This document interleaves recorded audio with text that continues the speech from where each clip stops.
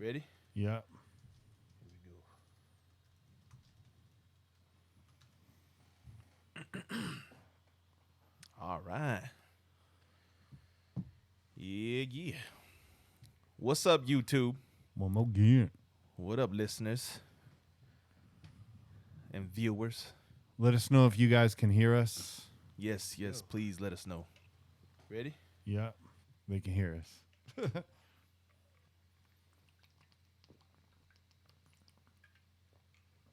Good, Doc. Everybody's getting in early tonight. I like it. What up, Bobby? We must be excited for some tackle football. Yeah. Right. All right, well, that chill out. Oh, hey, what's up, Heidi? Heidi's in the house, too, man. Yeah.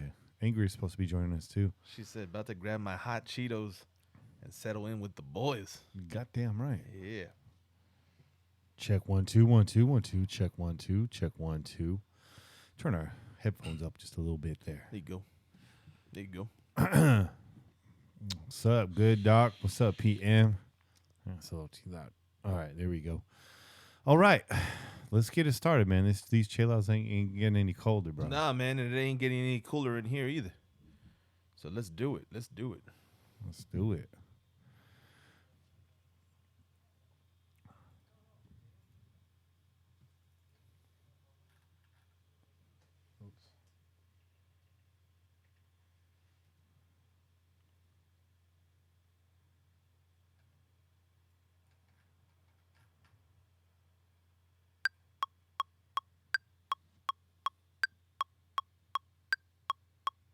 You're listening to the Pillaging Podcast, proud member of the Crow's Nest Podcast Network, companion podcast to PJ4F.com, the #1 podcast in Raider Nation. Tune in every week wherever podcasts are found. Call in and leave a message to be played on air at 408-909-PJFF. This episode brought to you by DC4L Custom Tees. Check them out at DC4LCustomTees.com. It's time to pillage another podcast. I'm your host, Kenny Stapler. Che, you're in the house. How you feeling? I'm feeling good, man. Feeling great. I'm feeling hot, feeling sweaty, but I'm feeling good. Feeling great, feeling good. How are you? That's right, man. That's right. Shout out to everyone on the YouTube chat right now. Again, if you're listening back on your morning commute, I can't fault you for that. But if you got time on a Sunday evening, make sure you join us on YouTube because it goes down. The chat is big live right now. No way I can shout everybody out on there. But those of you listening, you know who you are. We're going to be interacting with you guys throughout the show. Speaking of the YouTube chat, we got one of our YouTube chat members coming on tonight to run the vaunted.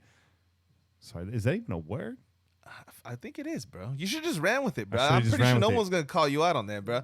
Unless Angry is in the chat. Oh, damn. There goes Kenny using them SAT words again. By the way, I bombed my SAT. But he's coming on to run the dreaded 2-minute drill. There you go. That's a word we can all relate to, right? Update really quick on the Crow's Nest. Yes, we did return last week.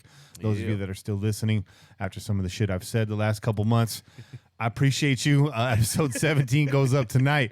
We'll be recording that right after this is over. We dim the lights, we turn on the red lamps, and we open the windows. Yeah. Cool out. Yeah. And Polygon will be here as usual. Make sure you follow us all on Twitter at Pillaging Pod, at Kenny Stapler, at Che_PJ4F, and of course at Kane MT6.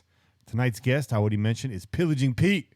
I gave him a nickname. Pete, you got your own nickname. You can't just be Pete. You're too strong for that. Then again, it's almost like a Prince thing, right? Right. He could be just Pete. I mean, he could be, man. He might just be that famous, though. Yeah. You know? He needs that good. Well, we'll find out. We'll find out how good he is. There you go. Because I got some doozies for him. You already know if you're a regular listener of the show, I got to give you all fresh questions except one. Because there ain't no cheating up in here, dog. Hell no, there's no cheating. Ain't no freebies either, dog. Make sure you leave a review for the show wherever you listen to the show, or leave a review for our app if you've downloaded it on iOS or the Google Play Store. Reminding you, we are on Apple Podcasts, Spotify, YouTube, all that. Heidi had to remind me iTunes is no longer. It's Apple Podcasts. It's Apple Podcasts. You know, I'm more into like the brevity thing, so I like the word iTunes. Much shorter, much quicker. There you go. Brevity, by the way, means brief. That is a word. Breaking down the vocab tonight. Somebody wants to look up that word vaunted, though. Go ahead. Make sure you go to OneNationFanwear.com just when Johnny's got some fresh gear for y'all over there. always grinding. Shout out to Johnny, man. He was in a really bad car accident. Yeah, man. Che and I saw the photos. Yeah.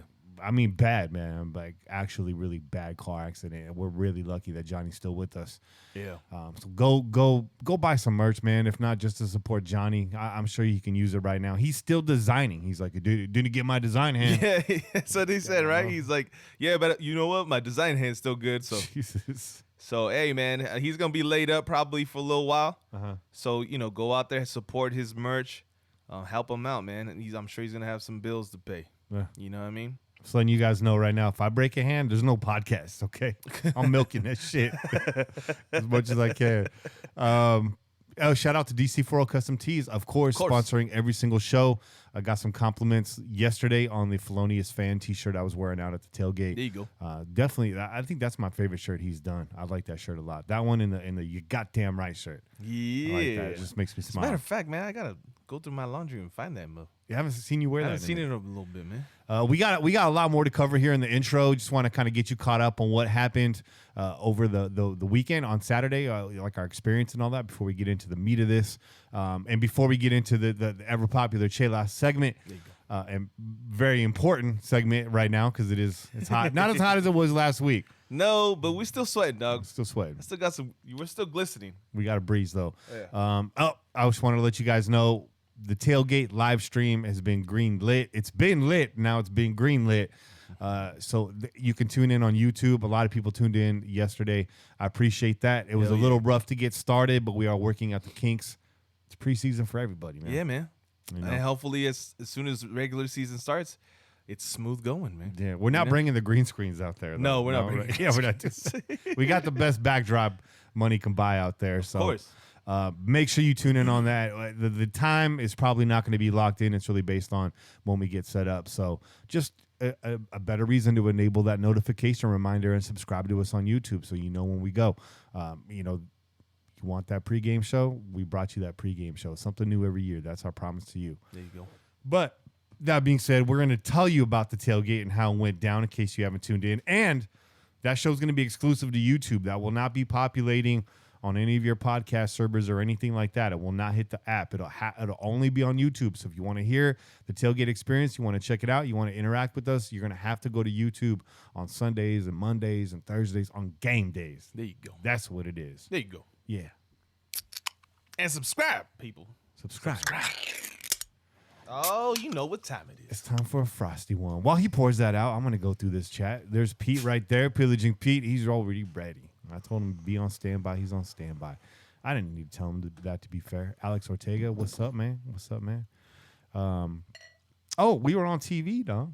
Yeah, we were. Yeah, we were on TV. I mean, not just our. Oh man. Oh, that's a foamy ass beer right bro. there. It's hot in here, bro. These glasses. Pour it they doing slow stuff. against the edge. You know, These. it's hot. It's hot. It's Yeah, look at that. Look at that. Chemical reaction.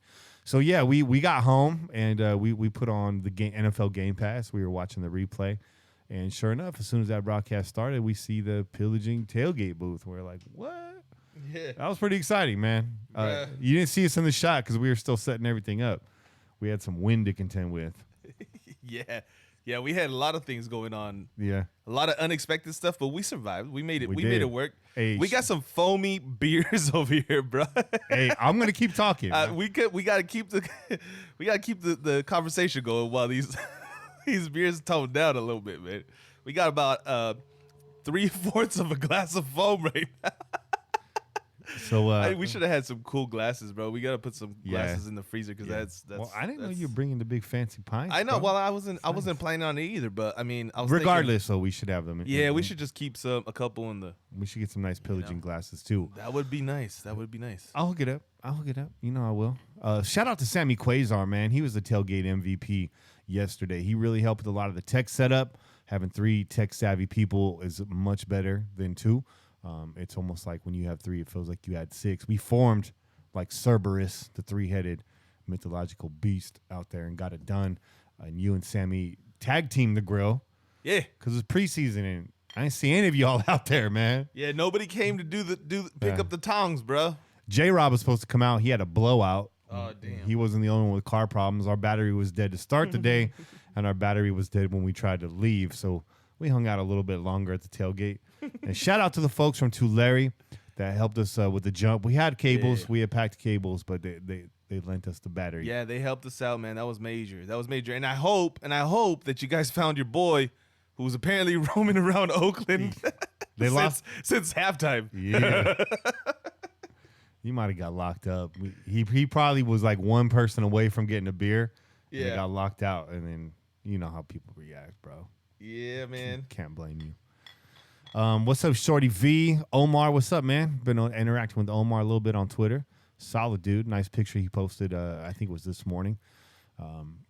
Angria, you just showed up. I like it. I like it. Oh, she must have caught word that she had to check some of your vocabulary, dog. Yeah. Yeah. Editor in chief right there. Raleigh Galvin, what's up, man? That's a new name. Excuse me if it's not, but it seems like a new name. Ryan Barker, man. Followed us recently on Twitter, too. You're going to get a shout-out again at the end of the show. Of course, Heidi, big shout-out to you. Kevlar Prom Dress, that's a strong name. Shorty V in the house. Raider Rich is the first person in the pool today. Yeah, man. I'm working over here, bro. Here we go. Strong Shepherd. I like it, man. A lot of new There goes faces. one. There we go. There we go. There goes one to you. Hey, better late than never, right? Hey, man, I'm trying over here. This heat's just not cooperating with us. It's all But good, man. today, what we got, man? So we're finally getting to this Chela segment. Okay. Today, what we got is this Marin Brewing Co., and it's a blueberry flavored ale. I saw it, and it was a low alcohol percentage, and I was like, we had some chelas yesterday, so let's take it easy. Let's kick it back a notch. Yeah. Right? Maybe just grab a single, share it, split it, drink a lot of water in between. But yeah, man, I haven't seen this before. I don't. So I just thought let's try something that we haven't had before. We'll see what it is. We'll see what it's all about, man. It's got a nice. Here we go. It's got a nice pungent, like a smell to it. Yeah, you can smell the blueberry.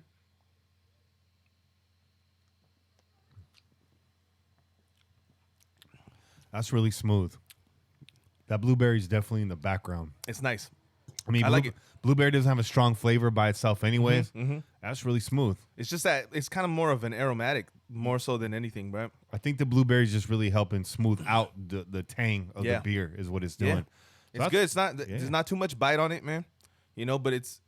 You're drinking a beer. It's nice. I like it. I like it. Hadn't ever heard of Marin Brewing Co. So me either. Yeah. Nice bottle and everything. And again, it's a light beer, so the alcohol mouthfeel is not strong. Yeah, it's a 5. It's a 5. This is really chill. Really chill. We drank a lot of beers yesterday, man. Yeah. I didn't drink the same beer twice.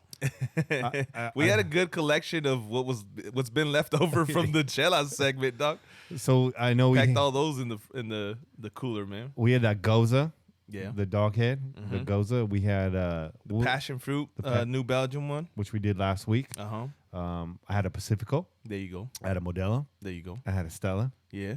I had what did I have in the game? Best Coast IPA. Best Coast IPA from Drake. Yeah, from Drake. Drake's and me and your boy.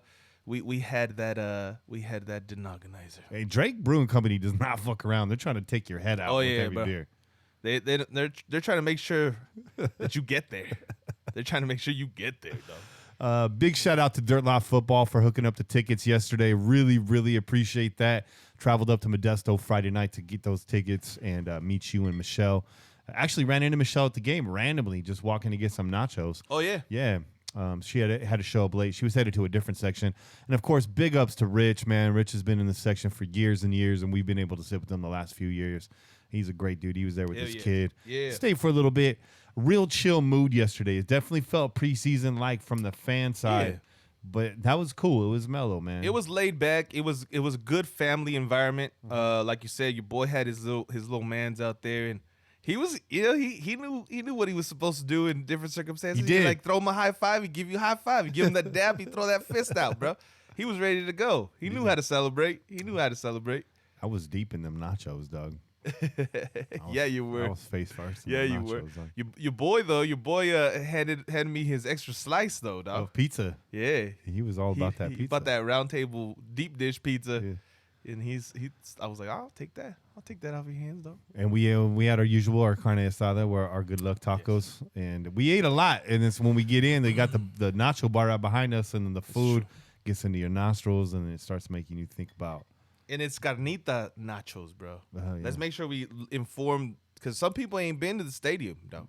So they don't know that those nachos, you get them there, they come with the works, and they throw carnitas on top, bro. And they come in a half of a football bowl, which I got Yeah. to keep. So $20 nachos, but hey, we got a tip jar now. We should have asked them if there's free refills. Yeah. We bring that back. Or 99-cent refills. So shout out to the NFL for putting us on TV. I'll be sending a cease and desist letter next week for putting our trademark logo on your network. Ooh, watch out. I'm just kidding.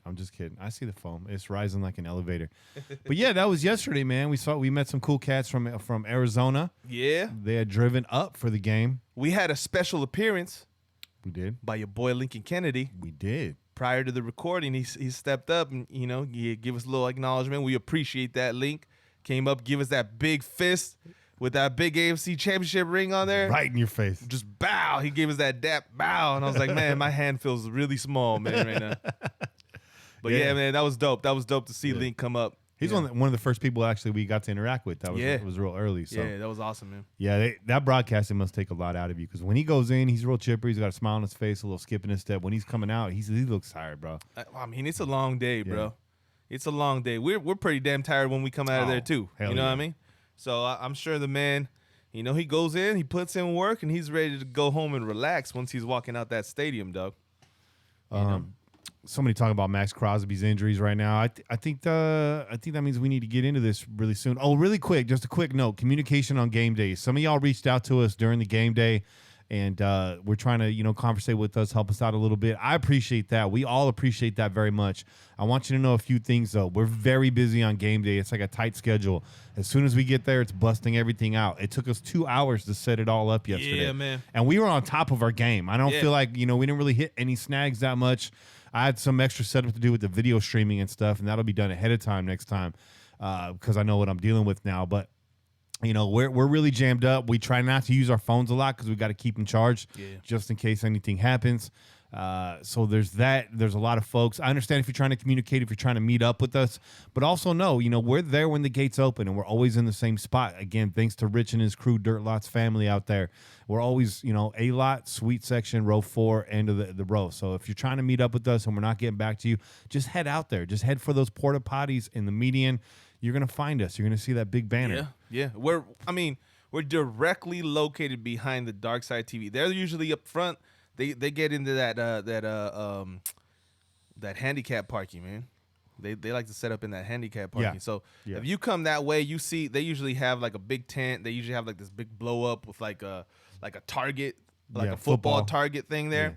You go that way, you see those guys. You already know you're right where we are at. We're right behind them. Yep. We're right behind them. You can't miss us.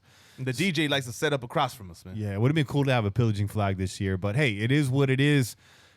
That's where we're at. So if we don't get back to you, do not take it personally. We love you guys. We appreciate everything that you guys do for us. So we hope that you appreciate everything we do for you. Yeah. It is a lot of work, but it is also a lot of fun at the same time. Our hands are just tied, like literally.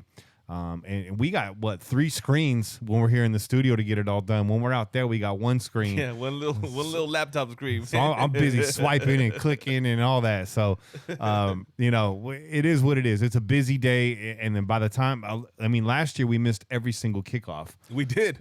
Trying to pack up. So, and then yesterday we had to man the grill ourselves, which was fun. We're not complaining, but it's just another thing that we got to do. Again, the timing is essential. And we got folks that we're trying to meet and talk to in person. When somebody's coming up and they're like, hey, I listen to the show, really excited to meet you guys, or they're asking and inquiring about the show, it's rude for me to be on my phone in front of them. I'm trying to talk. We're trying to, have face-to-face communication and all that and make connections. So we do apologize if we offended anybody, if you're trying to get a hold of us or if we're radio silent. That's it, man. We're just busy, And then we're in the game. And if you think I'm on my phone during the game, you're tripping. And I know a lot of you will blow up Twitter. A lot of you on the blog like to blow up the chat during the game. I don't know how you do it and pay attention. And you guys, I'm not knocking you. You guys seem to be able to do both. Right. I don't know how you do both. I can't. I don't have a DVR. I can't do it. So, and of course, when you're at the game, you get even less of a visual. Yeah. And it's all about being in the moment and experiencing the emotion. So that's what we're doing. Yep. Che, man, he's always in the moment. Oh, man. Che is the moment. Yeah. Thank you, man. Appreciate that. Man, I enjoy myself at these games, man. This is it. This is the final year, dog. We don't know how many of these games we're gonna be going to in the future. So we gotta enjoy it while it lasts. It's the final countdown. Yeah, that's it, dog. So preseason's usually like a little slow warm up. Yeah. Right. So we were kind of mundane yesterday. If you were sitting around us, and you looked over at the crew, the pillaging crew, we were kind of toned down. We're chill. We're chill. We're cheering, but we weren't like full throttle, bro. Wait for regular season to come around. My favorite time is things gonna change. Is after the game where we get to make a little money back selling some beers. No. we just like to catch everyone coming out of the stadium. We get to talk to a lot of people being on the end parking spot right there. By the way, speaking of parking, shout out to the parking crew. You came in hot. You came at us hot. Yeah. And then you peeled back and it was all love. So hopefully those pillaging shirts will get us that extra spot next time for our booth. But we made it work, and we love you guys, and we love the Oakland Police Department, Alameda Police Department out there doing a good job. We got to chop it up with them a little bit. We chopped it up, man. Good peeps, man. Everybody was out there for the same reasons, man. Appreciation of the Raiders, wanting to be around the fans. But we definitely appreciate that group of police officers that was out there making sure that things were being kept peaceful. Yeah. Those people are very important, especially in today's atmospheres with the current happenings that have gone around across the country, right? So, and we saw like 4 people get arrested at the same time, and that was it. Yeah. So pretty chill, pretty chill, man. Unfortunately, all Raiders fans. Unfortunately. Yeah, they were going at each other. Rams fans though, they got it easy. They look like security with them colors on. They look like security. They look like they work for IKEA, dog. You all a bunch of narcos, bunch of narcs. All right, let's get into it, brother. Let's do it. Raiders versus Rams recap. Overall, eye test, phenomenal. Yeah.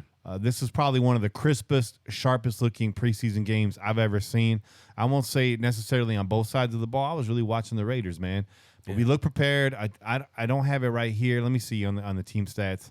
They're not listening. I feel like it was like 3 or 4 penalties for the entire game.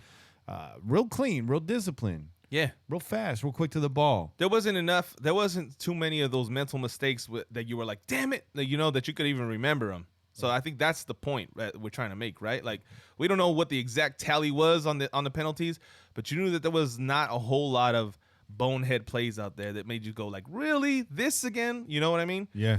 So that's a good sign, man. You could tell that they're disciplined. They're being coached up well, man. It wasn't sloppy at all. It was a real tight game. It looked really nice. The coaching staff has everyone prepared. Multiple players talking about, these year 2 players, year 2 in the system, things are coming along a lot faster. Those of you that watch Hard Knocks know the entire playbook was installed week 1. These are good things. These are signs that things are amping up and we're evolving as a team together. And the rookies, they're rising to the occasion. They got a lot of playing time. So we're going to break down the team stats right now. We're just going to run through them for those of you that haven't checked them out yet. And then we'll get into it on a player-by-player basis. It's going to be a long show, Che. Oh, yeah. And we're going to enjoy every minute of it. There you go. Except this heat. Total yards on the game, 190 yards for the Rams, 407 yards for the Oakland Raiders. That's a lot of yards even for the preseason. 258 by air for the Silver and Black and 149 by ground for the Oakland Raiders. Not too shabby, man. No, not at all, man. Chunk yardage, too. Yeah. We had some good big plays, man. And again, we're going to break it down, so hold on to your seats because I might trigger you right now. But what I really liked from Mike Glennon, yeah, I said it. What I really liked from Mike Glennon was him hitting players at every level of the offense. Yeah. Intermediate, short, It's a good call. and deep. Yeah. Yeah. And players going up and locating and high pointing balls. That was really nice. And again, we're going to get into that more specifically in a minute. No fumbles in the game. We did have 2 turnovers by, that's right, Mike Glennon. Neck Glennon. Big net. Raiders quarterbacks were sacked twice. We got to the quarterback once. Shout out to Arden Key. Yeah, shout out Arden Key. Third down efficiency. Oakland was 42%. Man, that's a big leap from the last year. I mean, it's only preseason, but I'm just saying. These are the situational things you work on in these live scrimmages, right? Yep. Time of possession on the game is 24 minutes and 33 seconds for the Rams, and the remainder of that, 35 minutes and 27 seconds for your Oakland Raiders. Oh, here it is. I was way off, bro. The Raiders had 11 penalties, dog. It did not feel like that, It though. didn't. No. It didn't. Because you know what? You remember the penalties when they completely, destroy drives or when they give additional opportunities to the opposing team, right? So, I mean, we just went through the game again. We saw it, in condensed version, and obviously we were there live at the stadium. So I don't really remember, seeing too many of those penalties, though. Alex Ortega said you look like you're being interviewed like cocaine on Menace to Society, straight sweating. Oh, yeah, by the way, when I said it wasn't as hot in here today, I lied. Starting to pool up over here a little bit. It's warming up, dog. It's warming up. My slide out of my chair. When we hit the break, we're going to open these blinds. The sun is set, so that's a good sign. Yeah, what's up, Watts Raider? But yeah, and subtract one of those penalties because it was an intentional penalty to get a little more yardage for the punter. Oh, yeah. That's true. That's true. The punters, man, we got to talk about that too. So let's get into it, man. Start off with maybe not the biggest quick hit we got, but Curtis Riley got a long look through the night. Curtis Riley started all 16 games for the Giants last year, was said to be pushing Cujo for the starting spot. Right. I think the fact that we didn't see Cujo all night means that Curtis Riley will not be getting that starting spot. But looks steady in there. Yeah. Definitely looks steady in there. Yeah. And we said this right after the draft, right? We you and I said this, and I think it was you that brought it up, is that there's depth on, and Kane even mentioned this. He underlined the statement is there's depth in this team. Players that we were relying on last year, not all of them, but a good, majority of them are now depth for us. Yeah. Yeah. So that's great. You had players that got a lot of experience and playing time last year. Don't have to rely on them. You got better talent above them, and you got fallbacks behind that are going to be sturdy. Yeah. Right? Not the biggest playmakers on your squad, but folks that aren't, extreme liabilities. So shout out to Curtis Riley for taking those snaps and getting himself some action there in the preseason. J.J. Nelson, Ryan Grant, and Keon Hatcher standouts in the wide receiver group, and that's a deep wide receiver group. What'd you think about the wide receiver play?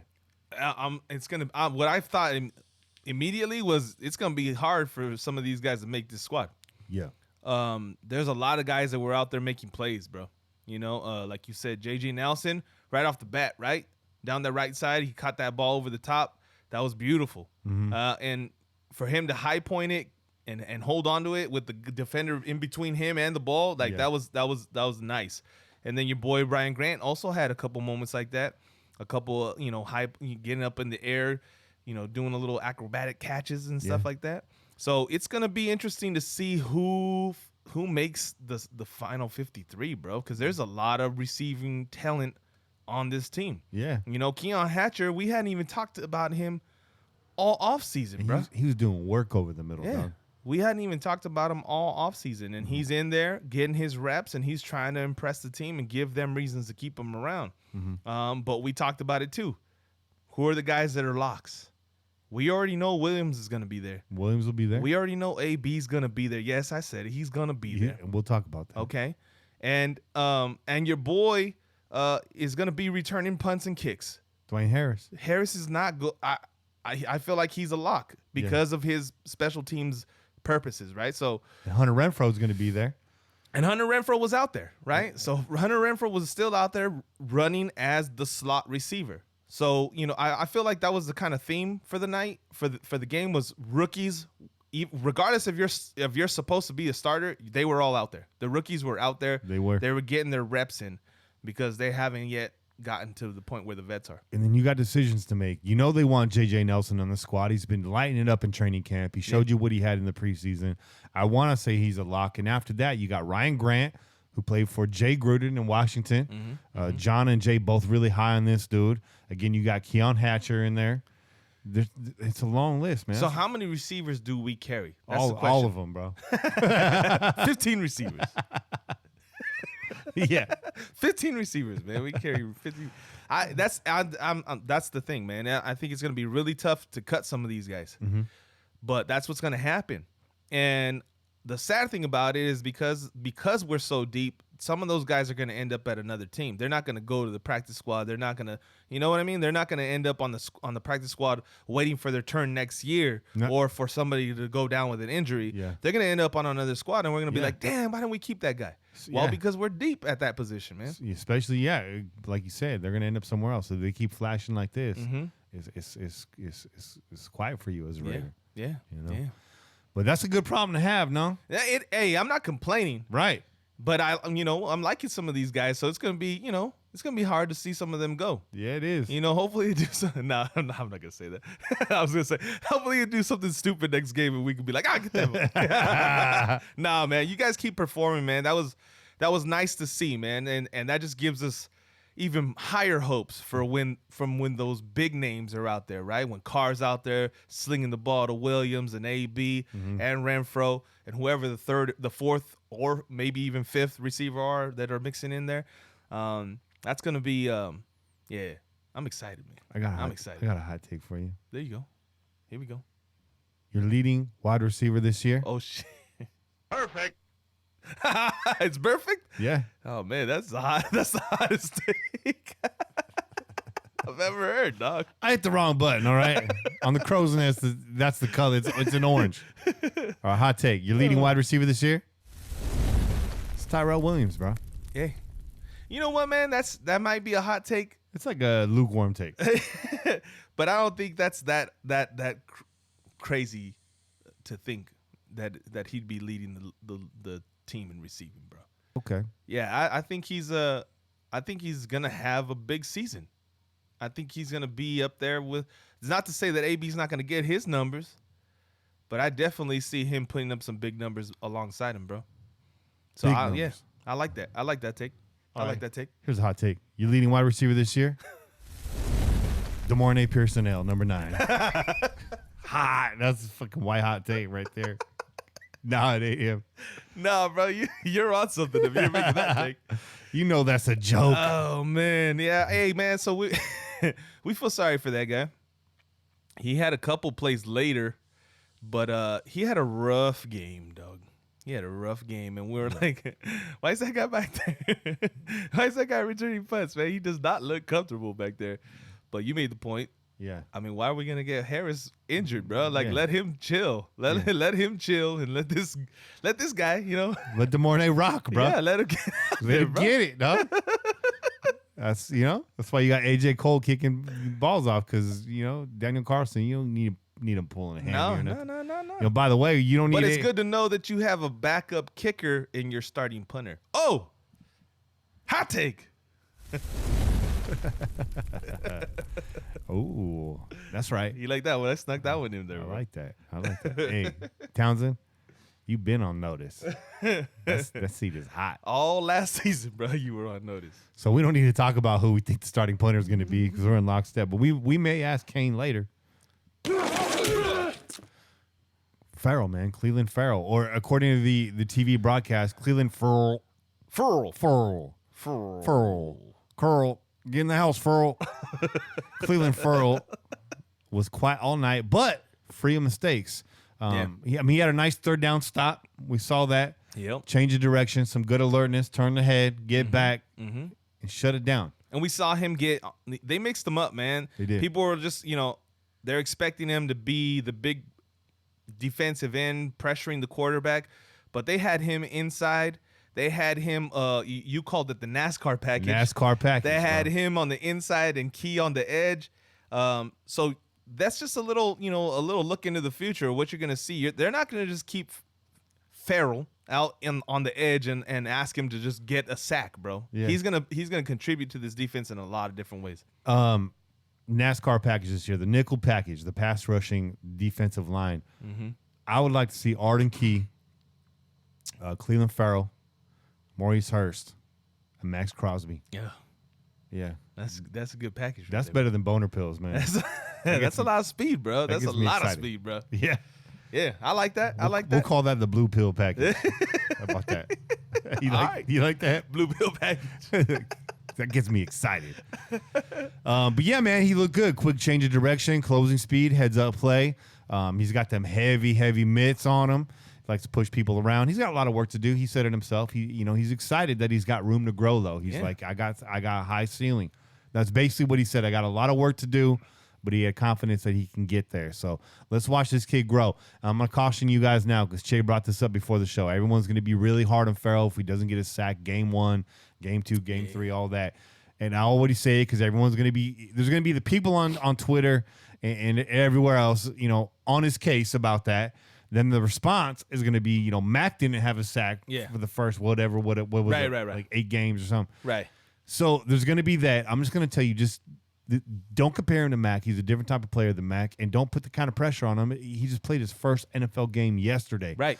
What did I see? I saw a very well-conditioned player. I saw a guy that can move all the way up and down the line. I saw a kid after the game in the press conference, great head on his shoulders, great speaker, smart dude, knows what he has to do, knows what kind of work has to put in. That's all you're asking for your rookies. Right. Show up, play hard, keep your head on your shoulders, study the playbook, and get after it. Yeah. And I think that's what Cleveland's going to do. Furl. Hurst had an efficient game. 3 tackles, 1 tackle for loss. There you go. Mo Hurst may not have even been in there. Well, now he probably would have got time, at least a little bit in the first half. But that DT position right now kind of decimated. You got a lot of players hurt. Yeah. Again, and that's why John said you saw Farrell in there to begin with at DT. But make no mistake, he's going to be pushed inside at times. He's just, you got to play with versatility. Use that versatility. Another guy got more time than probably expected, Arden Key. Yeah. How'd you feel about Key's play, bro? I liked it. You know what caught my eye was his change of direction once he's got the edge on the tackle. So last year we saw that Key has the ability to get by people. He's got a lot of speed, so he should be, right? But it was a lot of wide, rounded edges. Yeah. And this year, I think one of the biggest things that he's improved on is he's getting past that tackle, and then he's cutting that shit flat, and he's getting back to the inside. And you saw him do that. He's by him, and then before you know it, he's in front of him and cutting across back towards the quarterback. So I think Buck has had a big impact on these guys as far as their moves and what they should be doing to try to increase their impact on the game as far as getting sacks or tackles for loss, whatever it may be. Yeah. So I liked it, bro. I like to see it out there because everybody was negative on him last year, right? People were like, oh, Key didn't really do much. He didn't really get there, all that kind of stuff. So we want to see him performing, even if it's preseason, so he could start building up that confidence, and then we want to see the same come come the first game of the season. So, he's got 1 sack on the season. It's a preseason game, but he's got 1. Count it. Okay.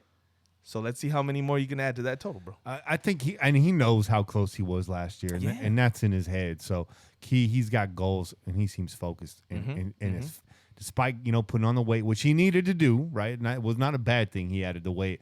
He looks as fast as ever. Yeah, and I think that's the other thing too is that he, he's still more of the lanky type, but you could see that he's holding his own a little bit better too against some of those big offensive linemen. So I look forward to seeing more of that. Bro, I got sweat trickling down. Yeah, I got some dripping down my beard, I think, bro. It's a good thing we're not wearing pants. We're sitting on ice blocks and bath towels right now. Feels good, man. It's a sweat house right here, bro. So when saunas, you're lucky we got shirts on right now. I can't feel my thighs. I just saw an old man walk by with a bath towel. Yeah. Oh, man. Shout out to you, Harold. Group chat's talking about him right now, so we might as well do the same. Jonathan Abram. There you go. Abram. There you go. Abram. Yeah, correct that. As Stakanova said, save the S for words like Salmon. Right? Abram played a bit in the first quarter, flashed to the ball as advertised. One particular play early on, Abram forces a rusher back inside to Kabinda, doesn't make the tackle, but does a great job setting the edge, keeping his assignment, and not getting over his skis. Yeah. I think his reputation as a big hitter, it's good, but it's also pigeonholing him as a player. KJ had a reputation as a big hitter, and I think we've seen it, and the knock on him was like, well, he's always looking for the big hit. Now, that's not entirely true either, right? But I think you said it best, so I don't want to steal your thunder. Is he always looking for the big hit, or what is it that he is looking for? No, I think the nice surprise to many is that he's not just looking for the big hit. He's looking to make a play. Okay, and so we all know that making a play, it could be different every single time you're out there, right? Maybe for one series, the big play is make the big hit. Okay, maybe it's a play on the ball, or maybe it's just stay in your zone and not get beat. You know what I mean? So I think he's trying to be as versatile a player as he can be. We see he's got the speed to get back into coverage if he does get beat or whatever it may be, or if he's covering an area and then he sees a guy get by and then he gets back into defensive coverage. So, yeah, I just think he's out there trying to make a play. He's trying to help this defense be better, man. And so that's the kind of play we want to see from this defense, bro. Absolutely. We want to see all our guys doing that, not out there trying to like show off or like show that they're this big tough guy. Okay, you use what you got, but you also make the plays that are necessary, not that you think are gonna put all the eyes on you or the cameras on you or everyone talking about you, right? Thank you. Sometimes it's just a simple play that's the big play. That's it. Sometimes you don't even touch a player, but Yeah. you're making somebody else get there. So AFC West opponents, all right, Broncos, Chargers, Chiefs, got a lot of playmakers on those teams. Abram is going to be in play with all of them, okay? Mm-hmm. Who's the one guy you want to see him blow up? Kelsey. Travis Kelce. Kelsey. I think I said that a while ago too. Yeah, he did. Yeah. I want to see him late. I want to see him put a big hit on Kelsey, Yeah, right? yeah. But I also want to see him make some big plays. Yeah. That ain't necessarily big hits against Kelsey. That could be just sticking with him in coverage and not allowing him to get, all them yards that he's used to getting against us, man. Frustrate him. Get all up Yeah. in his bread box. Get inside the kitchen. You know what I mean? Yeah, make him uncomfortable, man. Big hit in the first quarter. That's it. You start off with the big hit, and then you make plays, Yeah. right? Then you make the big plays, bro. Perfect. There you go. Yeah. That one wasn't a mistake. No, that was right on. The other thing I want to say about Abram since the Hard Knocks episode aired, and I'm guilty of this is why I'm saying it. I'm going to preface this by saying, have your opinions.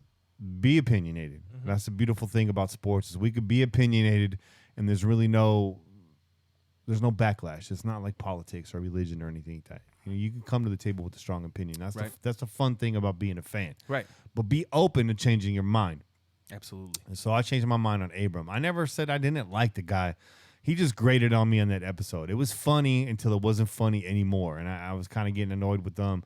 I seen maybe Carr was lightweight annoyed with them at that dinner scene. But after watching his mic'd up, after watching his post-Rams practice press conference, and after watching actually him in a live scrimmage, I got to say this, man. Abram, those scenes were cherry-picked. Yeah. He's got a mouth on him. He can talk. He thinks he's funny, and he is. And that's good. But I've also seen that he can flip the switch. He's all business on the field. He communicates really well with his defense, holds everybody around him accountable, and does not carry himself like a rookie player at all. Not at all. In his press conference, he was very direct and very serious and just communicated really well. Very, very well-spoken individual. So I think we got something here in Abram, man. No, I agree, man. And I was the person that was on the opposite side, right? Yeah. I was like, yo, I think that motherfucker's funny. I think he's funny, but I also thought that there was a lot of selection when it came to those scenes. Okay, they mic'd him up for a reason. He's a rookie. I think they've decided he's the rookie they're following, right? The guy that's supposed to make the team that they're following, right? Yeah, he's got a sense of humor. He's got a mouth on him. He likes to talk. So they're going to make sure that they include as many of those scenes as possible. It's entertaining. So, yeah, it's entertainment, bro. We're watching television, right? Watch HBO. Okay? So you see that's what I got from it. I didn't feel like this guy was just like he was being like over the top or he's being insulting towards people. I just thought he's a funny guy, and they caught moments where that humor maybe it's not everyone's type of humor, right? Because we're all different. We all have different types of senses, or different senses of humor. But for me, it was right up my alley. I was like, I know a lot of people like this, Yeah. so I can relate. Yeah. So I wasn't mad at him. I thought he was cool as far as I was concerned. And then, like you said, I think it's just a matter of time where people start to see all of who, Abram actually is. So you're gonna see him in interviews. You're gonna see him conduct himself in a really professional manner. But on top of that, if you go and you look at the clips, this guy is one of the last guys to leave the field. He's putting in extra work. You see him at the jugs machine doing extra drills and stuff like that after practice. So that just goes to show you, exactly what Mayock and Gruden were saying about these selections in this year's draft. Mm-hmm. These guys are leaders. These guys are professionals. These guys conduct themselves in a positive manner. They're looking to be positive influences on this team. Mm-hmm. And everything that I've seen from them so far is exactly that. So I'm not mad at him one bit, man. Not at all. Be funny when you're supposed to be funny and do work when you're supposed to do work. Perfect. Yeah. Perfect. Yeah, I like that. He does all the little things too. Again, getting guys lined up, communicating well, setting his feet, getting his hips squared out, not over pursuing. Even like the little rips at the end of the play, trying to get the ball out. You see some of that. Yeah. So I like that. Abram, man, he's a star. A lot of people said Josh Jacobs, Offensive Player of the Year. Hey, man, maybe Abram has a chance to push for DPOY too. Or, rookie Defensive Player of the Year. You never know, bro. What have you? You never know, bro. Another youngster that's been on the lips of many is Max Crosby. Very, very fast as advertised. He was flashing. He was around the ball early and often during this game. This wasn't stopping a lot at the line. In fact, we saw him in pursuit a lot. Saw him turning around a lot. So Max got to do a better job at not overreacting and making quicker decisions and being more alert and more aware. But again, we saw the effort. It showed up on the screen yesterday, showed up on the field. I like Max Crosby. I like him right now. Yeah. I'm hoping he can make the cut and come in and be a rotational player. I like him too. And, on the field, when I saw him get out there, I was like, wait a minute. The talk has always been about this guy putting on a little bit more size, a little bit more strength. He's a big dude. Let's not forget that he's actually an NFL player. He's a big dude. I think the added strength is gonna just make him that much more impactful, man. Because he was you saw that motor. There was no quit on any of the plays that he was in. Nope. Especially like I think he might have gotten a little overzealous and he hit the quarterback a little on the late side when he was pursuing. Yeah. He just threw that arm out there. He threw that fucking WWE fucking clothesline. Ha! He was thirsty for that. He hit. wanted that hit, bro. He wanted that hit. So this guy's gonna put in work, man. I like that. Mad Max, he's living up to that name, Mad Max. He definitely is. And about the hand injury, I see some people were concerned in the chat and on Twitter. He injured his hand fairly early in that game and came back and played with the cast on it. So yeah, they're gonna put the old stump on there, and he's gonna play. And he's gonna use it like a club. Yeah, bro. he is. So that's a weapon right there. That's a weapon. He's all, thank you. You just did me a favor. Thank you very much. Trayvon Mullen, rookie corner for the Raiders. Yeah. Had a good game. Again, quiet, shut down his receiver often. Got a deflection, right? He got a deflection. Yeah, got a deflection and knocked the ball loose. Yeah. Broke up a pass right there. And I can't remember. I sent him an email today because he's doing good work. But over on Silver and Black Pride, they're doing film cut-ups. And the gentleman that handles that over there did a good job with Mullen. He was showing how, Mullen's knock was that he's a press corner and struggles coming back to ball or playing off the ball. And on that pass breakup, I would say, or I wouldn't even call it a breakup. He knocked the ball loose on the tackle. Yeah.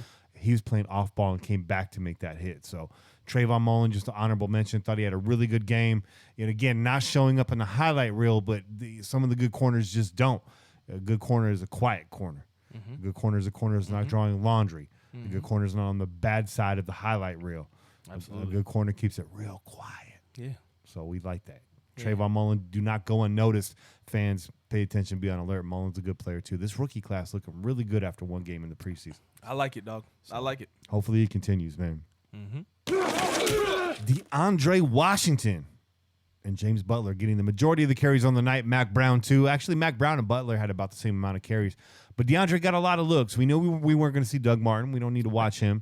And Josh Jacobs, wanted to see him. We mentioned him during the tailgate that we would have really liked to see him. But after not seeing him, it makes a lot of sense. If he's already penciled in as a starter, why play him in the preseason? Right. If he's going to be the best kept secret right now, then keep him under bubble wrap. Right. Preseasons are just a liability in general. And also hearing that Josh Jacobs got a lot of reps during those joint practices with the Rams. So John keeping him fresh, but he did mention in the post-game presser that we will be seeing a little bit of Jacobs at least next week. Let's hope it's impactful. But you guys know, the Pillaging Podcast, we love some DeAndre Washington. Do we not? That's right, man. Hey, man, whenever D-Wash can get out there and be productive, we ain't ever mad at him, bro. Nah. We ain't ever mad at him. I know you've been on his side. You've been wanting to see him out there get some production in. since the moment he got here. You've been a big fan of his from the moment he got here. And we were talking about it, right? We're talking about, he was supposed to be, I think he was supposed to be that guy that was kind of like, the dual threat behind our starting running back. But at that time it was Murray, right? Yeah, Latavius, yeah. But the big unknown was Rashard. Who was to know that Rashard was going to be this undrafted kid that came in and was able to do what he did in 2016, right? So, starting game one against the Saints. Yeah. And they both had a good game, but Rashard, flashed. He flashed, right? He definitely jumped off the screen. So, so I can sympathize too with the dude. I don't know that a lot of his lack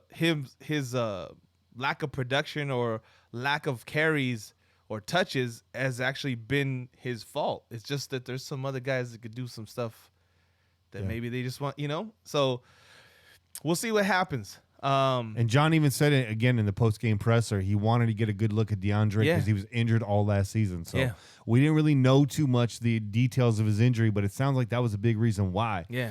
But this, just like the wide receiver grouping, this is a personnel group, is deep in competition. How many running backs do you really carry? Typically like 3, right? Yeah. So you already got Jacobs. He ain't going nowhere. Nope. Doug Martin may be on notice. Maybe Washington's pushing for Doug's spot. I don't know. I don't think Mac Brown's going to be the dude. I don't really think Butler's going to be the dude. Not when you got Rashard, Washington, and Doug also in there. Yeah. So no, I mean, let's be real. Those guys that were in there last after D-Wash kind of came out the game, those guys are looking for spots on another team. Yeah, that's what they're out there doing. I think you can pretty much say there's going to be 3 spots. I don't know if Gruden has plans of carrying 4. Running backs and a fullback, that's a lot of backs. So we'll see what happens, man. We'll see who's the guy, still standing, because I think that's the question, right? It's going to be Doug Martin, D-Wash. Who's the guy? That guy? I'm also actually not super convinced it will be Doug Martin. No, that's what I'm saying. Yeah. I'm saying, that's what you said. Okay. I don't know that it's necessarily like Doug Martin's a lock on this team. I think the locks are Josh Jacobs and Jalen Rashard. Yeah. I think those are our locks. For sure, those guys are going to come back. They didn't dress out for those reasons. Doug Martin doesn't dress out because we saw him all last year. He's a veteran. You know what he can do. You know what he is. No reason to dress him out. And so it's really, it's between Martin and it's between Washington for that last spot, I think. You know what I mean? That's a good battle. And you mentioned the fullback. A small personnel group, but a really intense battle. Yeah. You got the vet Keith Smith, who was quiet last year. I wish we never got rid of Olawale. I thought he could have done. You did say that. You did say that. But here we got Alec Ingold, and maybe he's cut from the Richie mold. He had 4 receptions last night, I think, for like 22 yards. Yeah. So and Ingold saw a lot of time last night. So again, he seems to be another like grinder type dude. Yeah. That's gonna be interesting, because I was excited about. I'm old school, man. Yeah. I romanticize that fullback position. And as a Raider fan, how could you not? We've had some of the greatest fullbacks to play the game. We really have. We have. So I want to see Gruden resurrect that fullback position and show us why that's an important position in the NFL and why it can still, exist this year. Or not this year, but in this generation of these spread offenses and these, high-flying attacks and stuff. Yeah. But Ingold, man, you need a guy back there to pick up blitzes, and you need his little safety valve here and there. Bring back the pro set, dog. Yeah. There you go. So yeah. Oh, what's another position group? The quarterback. Yeah. So as you guys know, am I gonna get this hot take? Hot take. Nathan Peterman is coming for that gold jacket. That's right. Hot take. Number 2. Hold on. Let me reset this.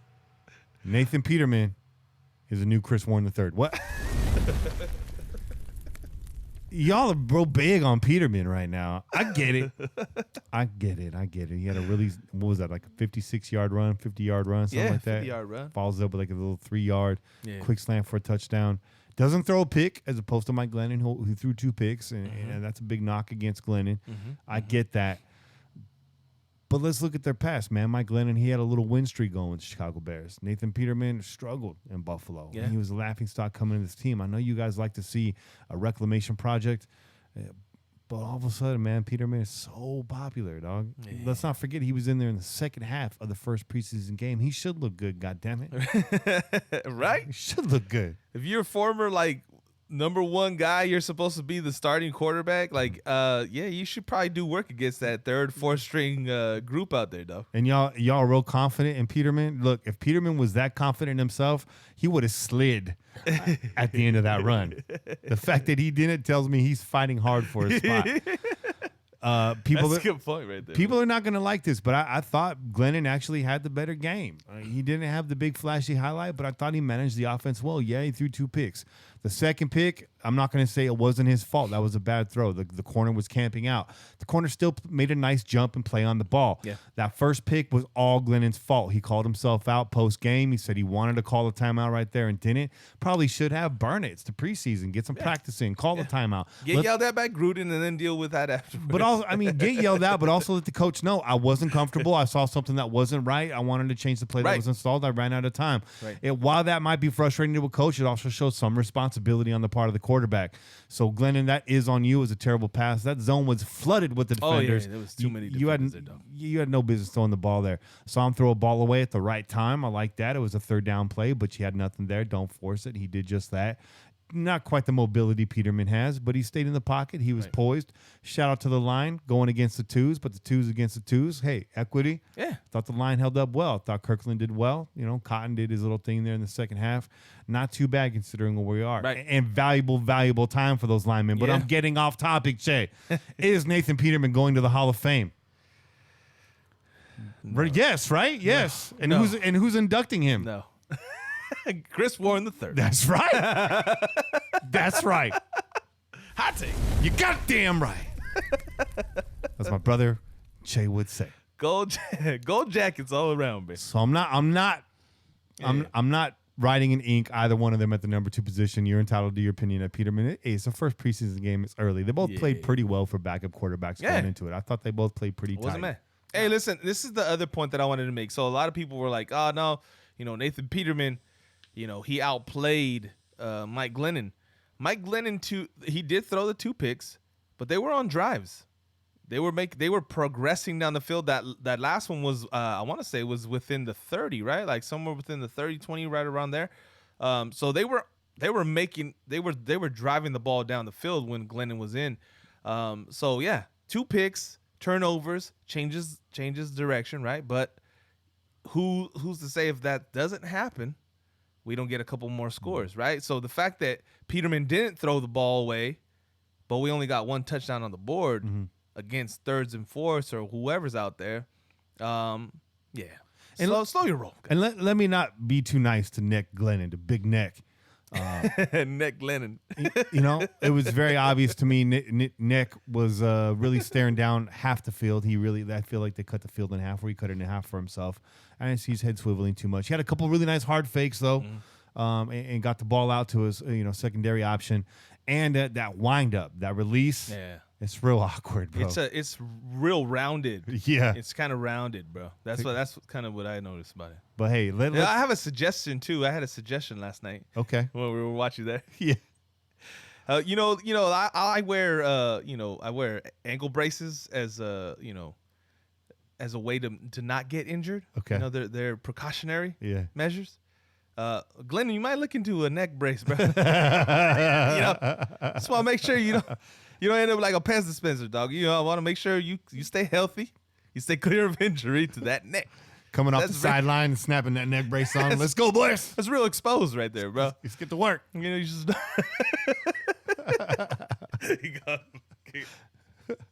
I didn't see you. He got the cheat sheet on the inside of it. Like, hold on real quick. It's like a fucking turtleneck. But yeah, I mean, I thought both quarterbacks actually looked relatively comfortable. So it was actually reassuring that both of them looked pretty decent. These guys are our backups, and let's just hope that this is the last time we really have to talk about Nathan Peterman and Mike Glennon. Yeah. I mean, if all goes well, we don't have to worry about these guys at all. Yeah. So that's that. Last position battle we really want to talk about. And we kind of already mentioned it, so this will be real quick. AJ Cole versus Johnny Townsend, man. Let's look at their numbers, man. AJ had 4 punts. Johnny had 3. They both really close on average. AJ 43, Johnny 42. But AJ had 2 inside the 20. And I thought it was his location that made him stand out. Yeah. Johnny Townsend's location, to me, tell me if I'm wrong, very unpredictable. Yeah. So you read those numbers. You have AJ Cole, who had, was that 4 punts? 4 for AJ, yeah. 4 punts for an average of 43. Yeah. Yeah. And what's the 2 for? What's the 2? 2 inside the 20. 2 inside the 20, right? So, an average of 43, and you had Johnny Townsend with an average of 42.3. But look at the long. Townsend had 1 punt for 55 yards, right? Mm-hmm. What does that tell you about the other 2? To get his average to 42. You're doing some real math over there, dog. Yeah. I like that. The other 2 were garbage punts. Uh-huh. So I believe there was a couple where we might have punted from around the 50, 40-something yard line, and he had balls landing at like the 25 Yes. and maybe further up, bro. That's not okay, dog. Like, I'm sorry, man. No. I'm gonna give the nod to Cole just because there's too much consistency with you, Townsend, and that's that the ball's gonna fall short, bro. And he can kick off. It's gonna be fucking between 30 and 40 yards, maybe. Like that's not okay. No. Shout out to number 6. Nah. One more quick hit for us. We got to get into this. We talked about it on the tailgate, but some of y'all maybe didn't tune into that, and it's the hot topic right now. The Antonio Brown saga continues. Thoughts on the AB's helmet issue, man? What do you think? Should we be concerned? I'm not concerned, man. I'm not concerned at all. No. It's a lot of hype around this shit. A lot of people want to use this as another way of bad-mouthing AB and, oh, he's this guy. He's prima donna that. He's horrible. Look, he's going to take down this team. There's a lot of hatred going out right now. Some from our own fans, unfortunately. But I think he's making a point, bro. It's a leverage play. It's a leverage play. It's making a point. More than anything, I'm going to make a point that the NFL lets shit slide for certain players. Mm-hmm. And for certain players... Tom Brady. Yeah. Your boy Tom Brady did this already, guys. But nobody's talking about that shit, okay? Tom Brady had to move into a new helmet because of the same reasons, for the same reasons. And then he went back and forth with his old helmet, finally deciding, you know what? I like my old helmet. I'm going to keep that shit. Are we talking about it? Is it in the news? Is anybody pissed off talking about how he's damaging this team? No. Nobody's saying that, right? So AB's making a point. He's like, listen, man, you guys make exceptions for the fucking, the guys you decide, okay, we'll make an exception for that guy. That's Tom Brady. Mm-hmm. Well, yeah, Tom Brady, go ahead. You wear your old helmet. And then this time you're talking about like, no, we have strict rules because you know what, AB, you gotta get a new helmet. No, man. I think at the end of it, he's gonna make his point, and if the league doesn't budge on it, he's gonna wear the new helmet, bro. Yeah. And you already saw. I don't know if you saw Jerry Rice reaching out to him, sending him like, he's like, check out this helmet. He's like, I got you, AB, or whatever. And it was like, what was it called? I forget the name of the brand of the helmet. But he sent him. It was like a silver helmet that he sent him a picture of. And he was like go look up this, So I think he's gonna end up on the field, like we all expect him to, in probably a new helmet, because the NFL ain't gonna budge for him because he ain't Tom Brady, okay? And he's gonna go out there and he's gonna perform, and he's gonna stick to the plan, which is to come here and prove that he is the player he is, right? That he can do it without Roethlisberger, and that he's got a goal in mind, one, to win, but also break records. Okay? Yeah. And that's what I fully expect that. I don't think anything has changed. Okay? This is just shit in the air, right? This is just stuff to just muddy the water right now to continue to find ways to bash this team. I've been seeing it for fucking years now, so it ain't shit changed. Feels like a regular Raiders offseason to me. That's what I'm saying. Week 1, everything will be all right.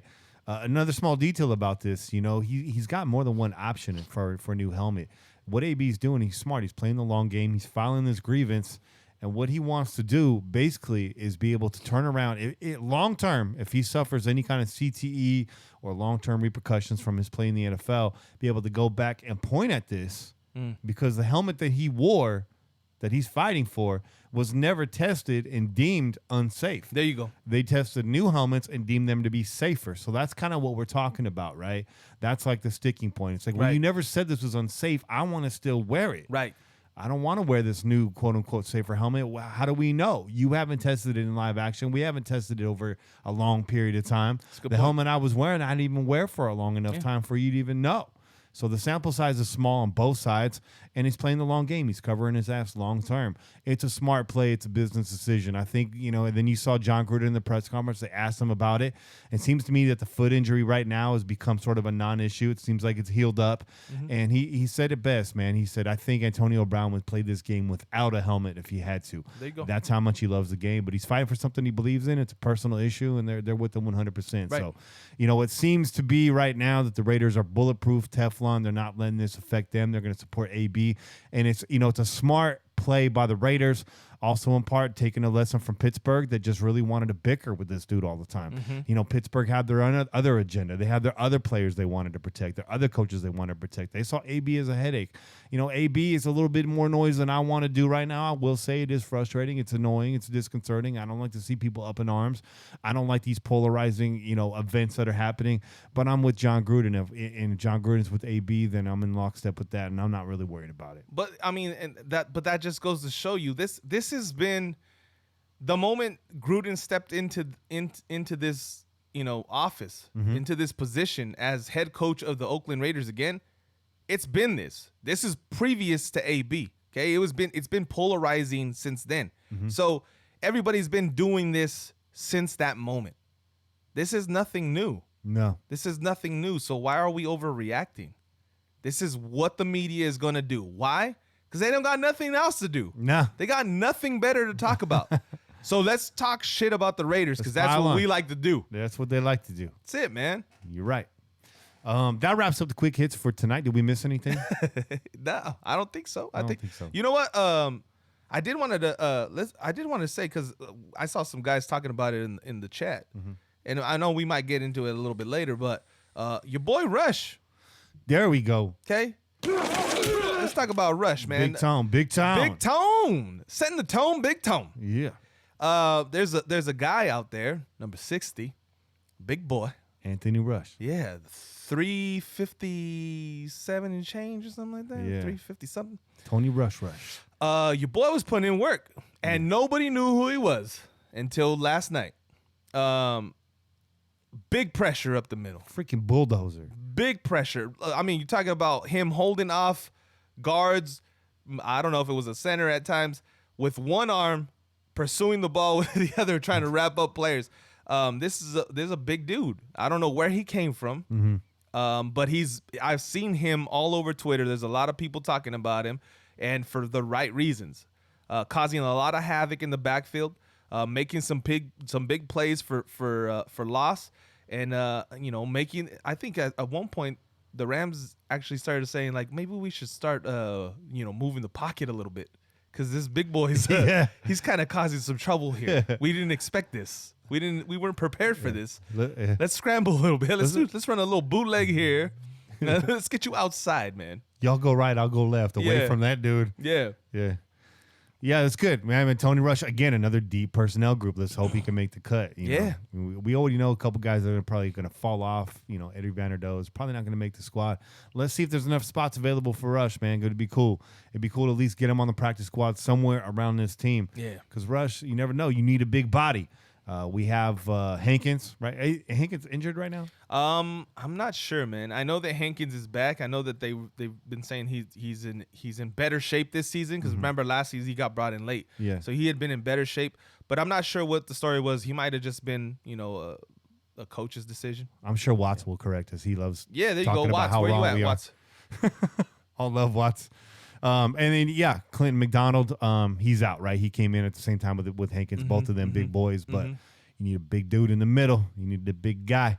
But that's it, man. That's it for our quick hits. Again, I'm sorry if we missed anything, but it's a lot to unpack right now, and I'm about to unpack these blinds and maybe wring out my T-shirt. And when we come back, it's the return of the 2-minute drill featuring your boy, Pillaging Pete. We'll see you guys on the other side. Yeah, boy. We out here. Peace. Go Raiders.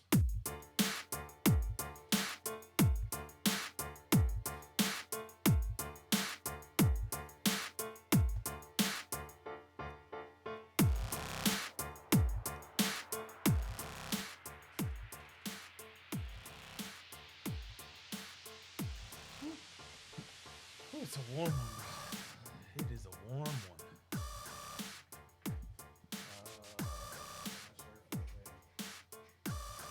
Oh, a torn pec. That's what it was. Not a separated shoulder. It was a torn pec. Yeah, I got it. Shoulder. Yeah, it's torn pec. That's what how you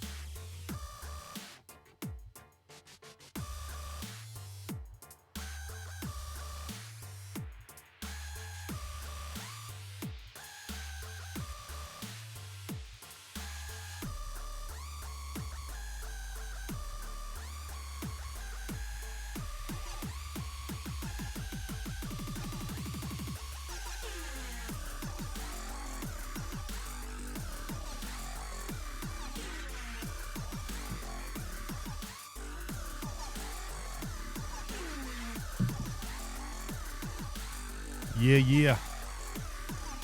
Got a little breeze in the crow's nest right now. Feeling a little bit better. About to blow out this fitted cap, though. Have to get a fresh one, maybe. Pete, man, if you're listening, be ready. I'm calling you right now, doggy.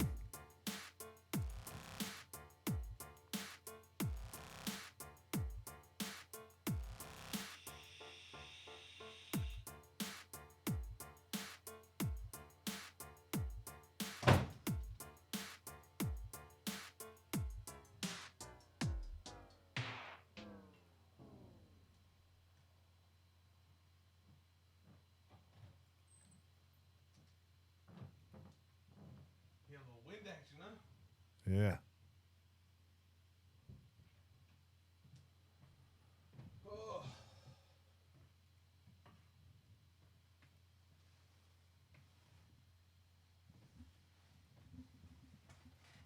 Try to get Pete on the line here. Sorry for the silence, guys. Chase back. He's going to talk to y'all while I. Oh, what's going on, chat? Live calls. Hardcore is asking for live calls. No, we got a guest today. So I don't know. Will we have time for live calls? Yeah, we'll probably hook up a couple live calls during the caller segment. Okay, there you go. Basically, guys, when we take calls, when we're taking calls, when we're listening to your messages, I should say, that's pretty much when the phone line is open. So, you can do it then. That's the best time to do it. There you go. We're trying to get through. It's good clarification right there, bro.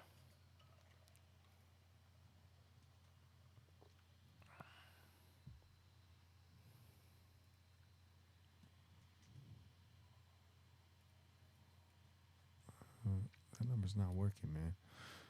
Let me try going through this way.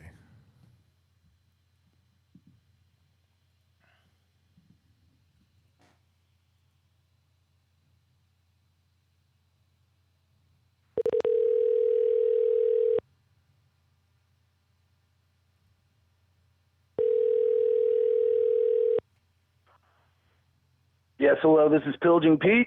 Hey, Pillaging Pete. It's Kenny Stapler from the Pillaging Podcast. Can you hear me all right? Yeah, I sure can, man. How's it going? It's going well. How about yourself? Not bad, not bad. Had been to the eventful Sunday when on a charter, caught some silver salmon out on the ocean today, so that was pretty bitchin'. How about you guys? You know, just been prepping and kind of recovering from yesterday. Che, why don't you chime in and see if Pete can hear you? Yeah, what's up, Pete? How you doing, bro? Yeah, I got you, Che. Good. All right, cool. So what I'm going to do right now is I'm going to wind this back, and we're going to start recording, and we'll be on. Are you ready for this? Oh, yeah, man. All right, cool. Give me 1 second here. I'll get everything queued up, okay?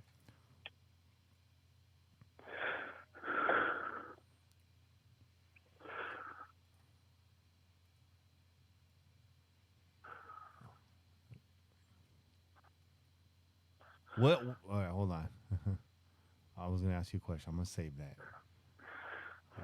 All right. All right, here we go.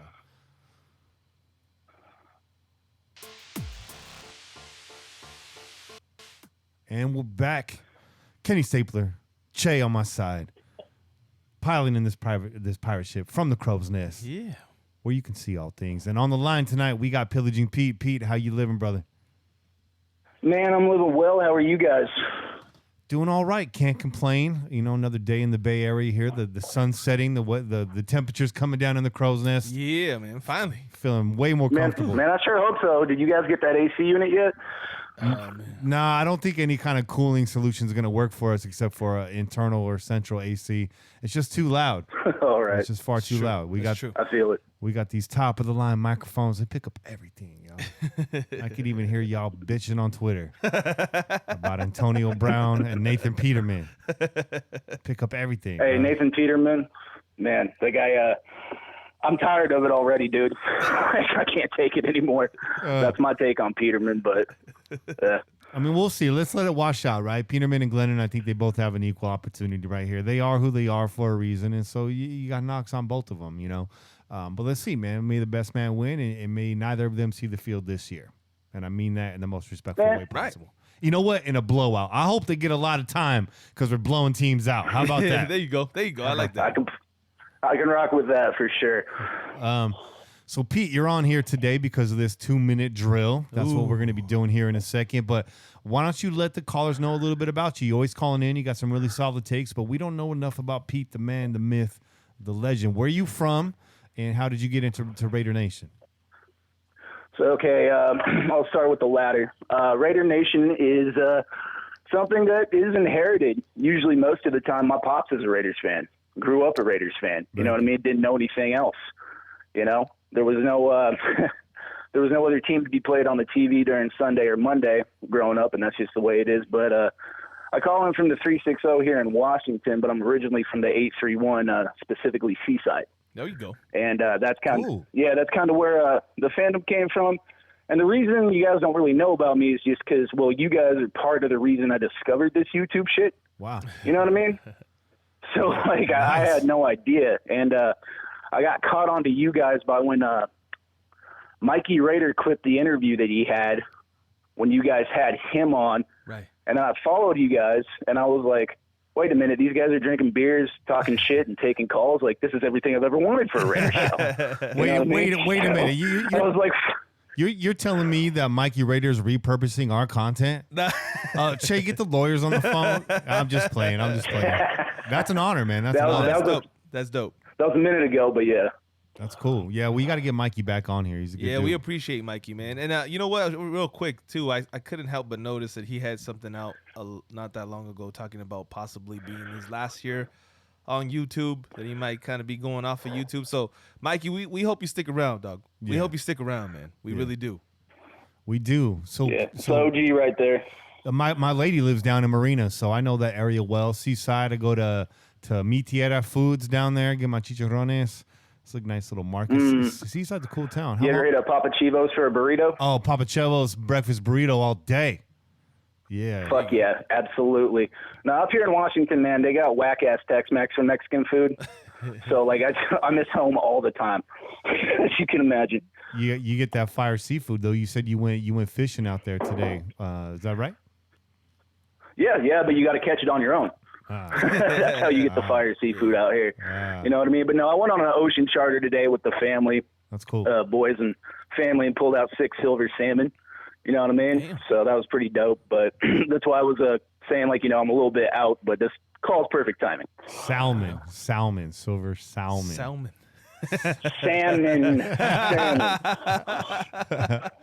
Oh man, it's all fun and games until Yeah. the music hits. Oh, shit. Are you ready for this, brother? Man, yeah, I've been trying to prep all week, so let's go. Oh, wait, let me say this off the top, too. All hail Rue. All hail Rue. Yeah. All hail Rue. Hashtag that, man. Hashtag all hail Rue.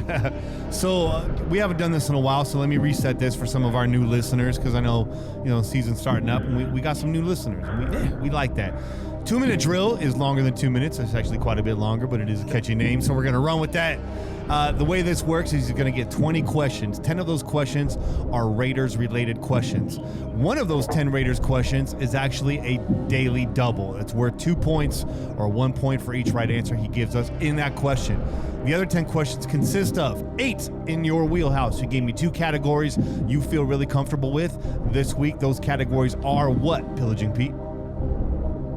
Godzilla movies and grunge rock. Wild. That's wild, man.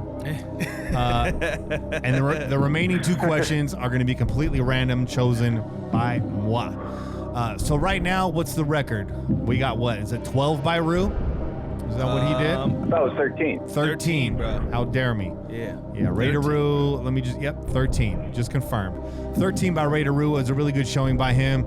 And I think the lowest score we've had is like 5 or 4. So that's your range. Pete, before we get started, you want to make a bet on yourself? What do you think you're going to do? I'm going to take the over on 7. Okay. And that's not much of a bet, but I'm just trying to be modest. So There you go. There you go. That's safe, and that'd be a good number. If you That's came in fair. at 7, you'd be smarter than Austin Gale. When it comes to the Raiders, no disrespect to Gale, we got to get Austin back on the show. If we can, bro. Yeah. Although I don't think he's doing Raiders anymore. I think he's moved up over Oh, there, you know so. what? I think he Packers now. Yeah. I think he Okay. might be doing the Packers. All right. Yeah. Well, ask him 22 questions about cheese or something. This ain't about Austin. This is about you, Pete. So if you're ready, we can get into it right now. Yeah. let's do it. All right. Question number 1. How many interceptions did Jack Tatum collect during his NFL career? Oh, shit. 34. Ooh. That's close. That's close. Very close. Correct Yeah. answer is 37. That was respectable though. That was respectable. That's a tough question. That's actually one of the tougher Raider questions on here. If that makes you feel any better. Did not plan for that one yet. This next question is a Godzilla-related question. What does GPN stand for? What does GPN stand for?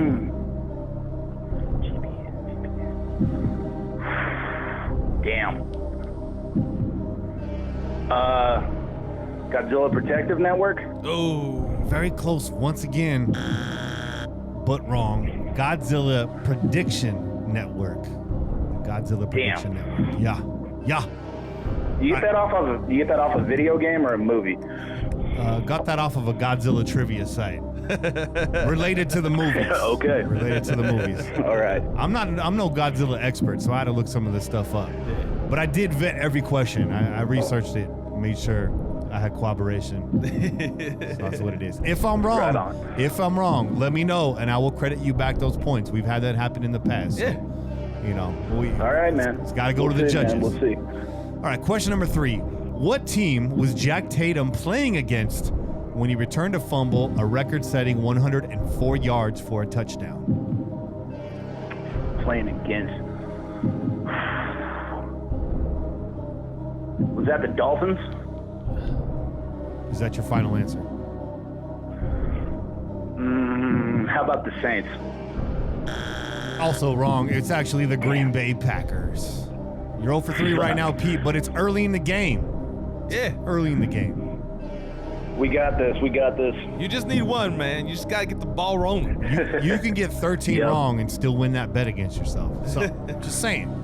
It's a long road here. So, question number 4. This is a grunge rock related question.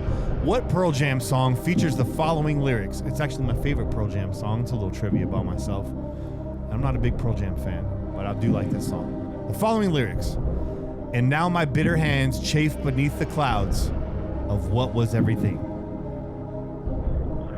Black? No, that's not Black. That's excuse me. That's fuck. No, that's Black, isn't it? Oh, that's right. All right. It's correct. That's right. It is Black. Yeah. There you go. I thought you were gonna take yourself out of that one, man. I was kind of worried there for a second. I dug the Eddie Vedder. No, I had to double check, man. I dug the Eddie Vedder impersonation though. I like that. You gotta get into it if you're gonna do fucking Eddie Vedder, man. Come on. It's all vowel sounds. Yeah, for sure. All right, question number 5 here. Back to the Raiders. What player holds the Raiders' record of 6 consecutive 300-yard passing games? That's DC4. You want to check that? You want to check that? Do I want to check that? Yeah. I'll check that. Raiders' record. I just want to make sure. What do you think, Shane? Is that right or wrong? I think the one you have down is the right one, bro. I think so too. I just want to make sure I don't screw this up. Okay. Yeah, final answer. It's Rich Gannon. Damn. Rich Gannon. Okay. Yeah. That was the second safest bet, so. All right. Godzilla. What monster is a protector of Earth and is friends with 2 fairies? Mothra. That is correct. There you go. Back on the board. You got 2 now. You got 5 more to go to your goal of 7. All right. Who was the first Raiders quarterback to take a snap in the Oakland Coliseum?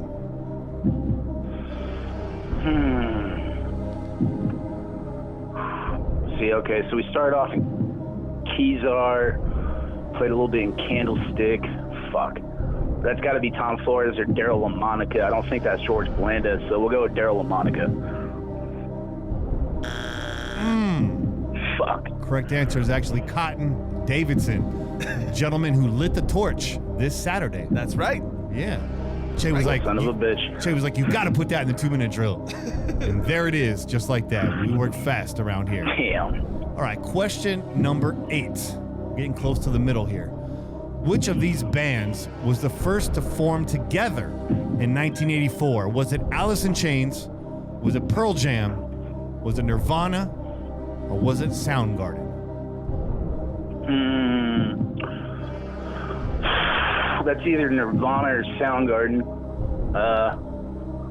Fuck. Go Soundgarden. That is correct. It was Soundgarden. Nirvana would come along about 4 years later, I believe. Maybe a little longer than that. Bit of a trick question because Mother Love Bone was actually formed before, and the death of one of the members would eventually lead the band to regroup as Pearl Jam. But you knew that already, Pete. Yeah, rest in peace, Andrew Wood. Rest in peace. Question number 9. In what year was the Oakland Raiders franchise first founded? 1960. There you go. You better get that one right. You listen every week. Yeah. All right, you got 4 right now, and you got 5 wrong. You're getting close to 500. You're doing all right. But it's time for your first I'm trying, man. random question. Random. What type of insect is a weevil? What type of insect is what? A weevil. A weasel? A weevil. Like a boll weevil. You know the roly-polies? Yeah. You used to throw them at your brother. Yeah, for sure. It's not an arachnid. That's in the beetle family? That is correct. There you go. It is a beetle. Man, you're 5. Victory lap. You got that random though. You're 5 and 5 right now, so you're at 500. You're doing all right, man. It's time for the home stretch. Question number 11. During the 208 games played between 1989 and 2001, how many games did Steve Wisniewski start? 208 games. How many did the Wiz start? That's a tough one. Shit, he was an Iron Man too. So my gut wants to say all of them. And I almost feel like that's a trick question because that should be easy to take. But this is above my head. I'm going to go with 208 games. Let's go with 197. You were right. He's an Iron Man. The correct answer was 206. Very impressive. Fuck. We learn something new every day. Incredible. You can impress your friends with that knowledge. You know, you can still take that away. Yeah. Even when you get a question wrong, there's still a takeaway. That's right. It's true. You know? Always positive. It's always positive. So this is a bit of a trick question here just because so many of the films were in black and white, so it's hard to tell.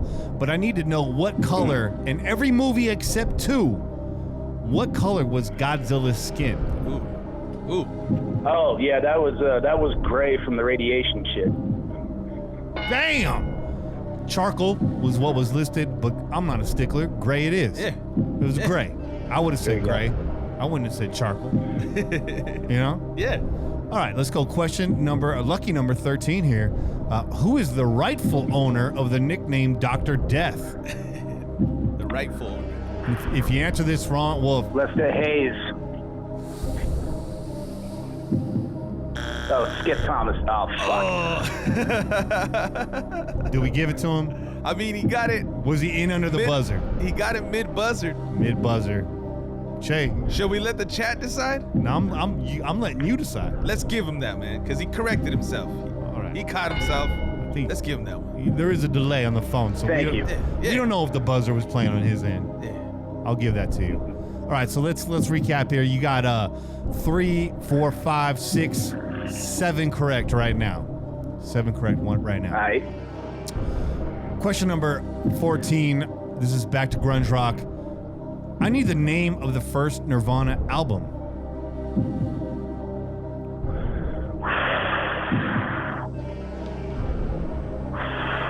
Okay, fuck.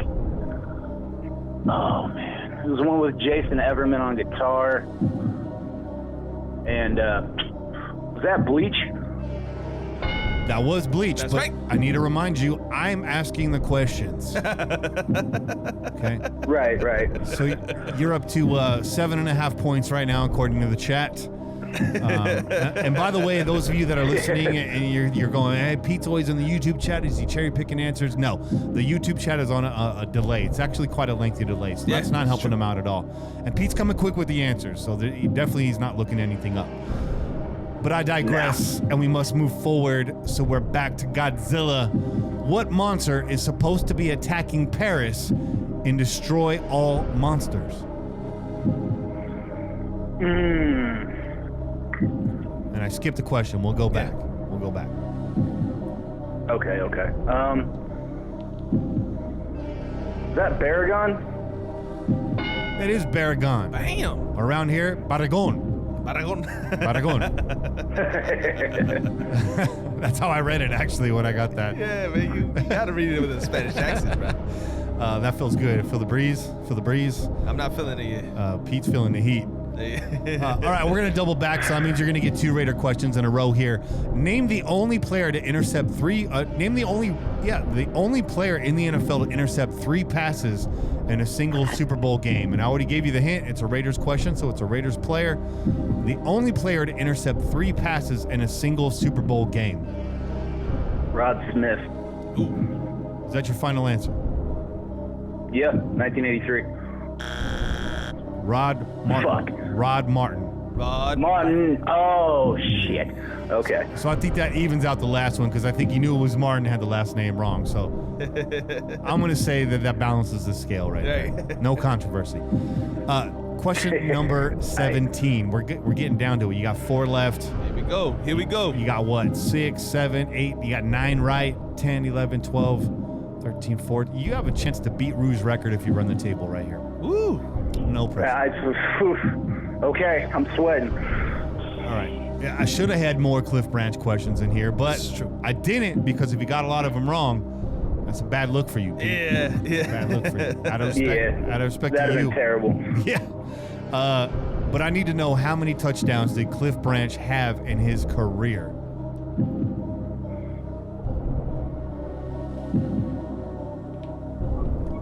$164. Wow. It was 67. Okay. But if you're gonna get You're that wrong, 67? you're on the right side of wrong. Yeah, right? Go Yeah. big. Go big, man. Cliff Branch is looking down, going, you should have been. I should have had 157. They would have thrown me the fucking ball. Yeah. Hey, no, he invented the deep threat, man. He doesn't get enough love for that. Yep. So. True. Absolutely, man. True. All right. Question number 18. You have a chance to tie Rue's record right now. Okay. Question number 18. What movie featured Seattle grunge bands, including Soundgarden and Pearl Jam? Came out in the 90s. Obviously featured multiple grunge rockers in there. What was the name of that film? Great soundtrack, by the way. Right. I don't know this one. I'm going to pass. Name of that film is called Singles, and if you haven't already, score the soundtrack if you're a fan of grunge rock. You got some Screaming Trees on there. Yeah, it's a good soundtrack. All right, this question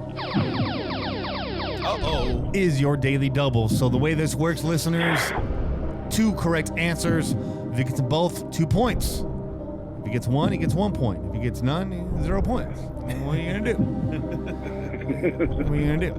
All right. 2 possible answers here. I will take both of them for a total of 2 points. What 2 numbers did Jay Schrader wear during his career with the Raiders? Oh, wow. He wore 13 and number 6. Ooh. You got 1 right there. He did wear the number 13. He also wore the number 10. He also wore the number 10. Okay, did not know that. But you got one, though. This is your final question, so let's add these up. 1, 2, 3, 4, 5, 6, 7, 8, 9, 10. That's a strong showing already. Yeah. Hell yeah, it is. Yeah. You're on the Wall of Fame right now. You're in that top 5 percentile. You're doing really well for yourself, Pete. You got half of them right.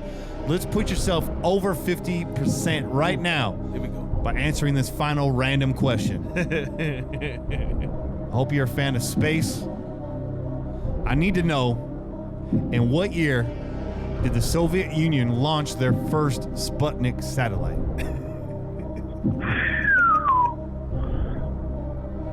Oh, fuck.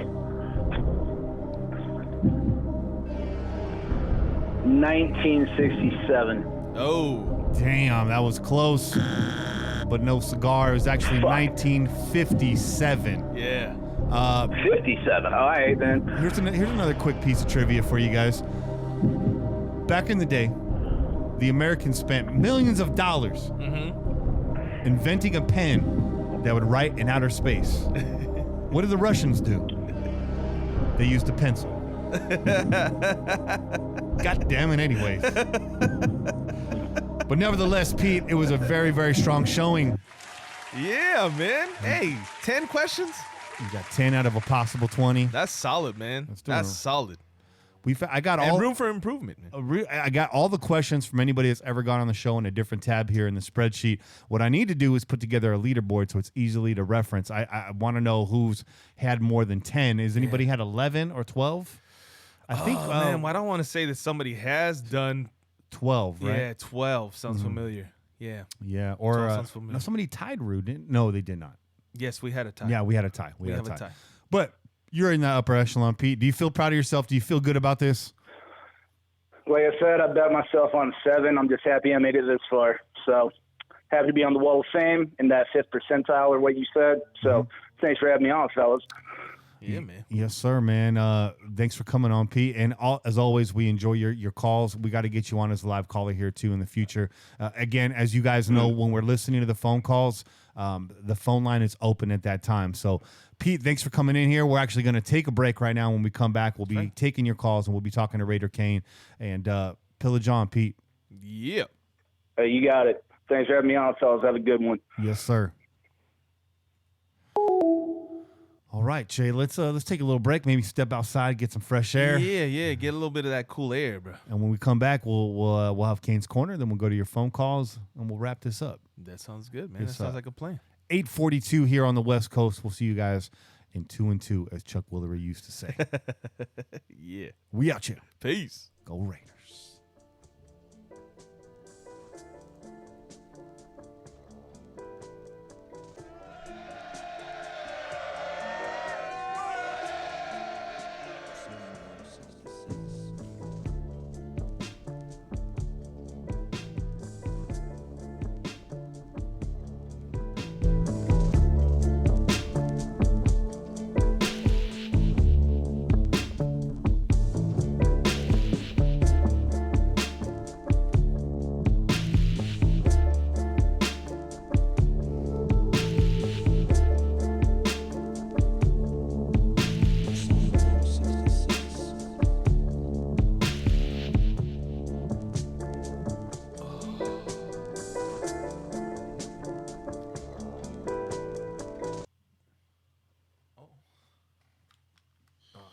Did I not have that loop in? My bad. Give him some music. Yeah, leave him with some music, dog. Let's try that one more again. Enjoy the soothing sounds of No Slurrettes. I was trying to find that. Just verify it, bro.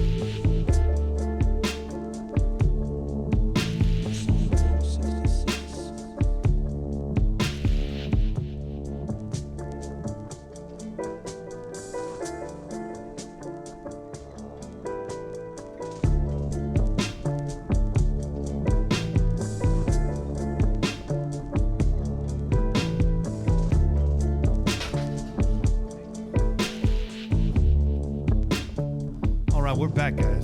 We're back. Got that cool down. Cool down a little bit. Woo. All right. All right, let's get Kaner on the line here. And we'll jump back into it with you guys. Hopefully we didn't lose too many of you. It was an extended break, I know. But it's so nice outside right now, Che. It is, man. It's real nice out there. Very nice outside. All right, let's go here. I don't know what number he's at, so let's start with this one.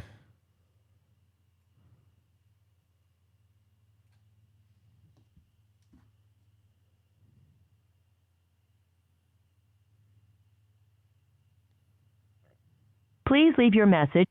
Oh, straight to voicemail.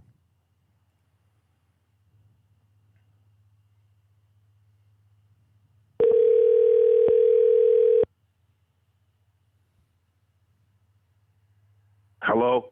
Hey, what's up, Kaner? How you doing, man? Hey, what's going on? Oh. It goes again. Oh, is that the... No. Okay. I think that was on his end. All right, so, Kane, why don't you mute the YouTube that you got in the background? That's what it is. Yeah, because we're getting an echo here. Oh, okay, there we go. Okay. Yeah. All right. I still had the feed on. Sorry about that. It's all good. It's okay. I do it too. Let me get us back here on track, and I'll bring you in. Give me 1 second. Bam. Hold on.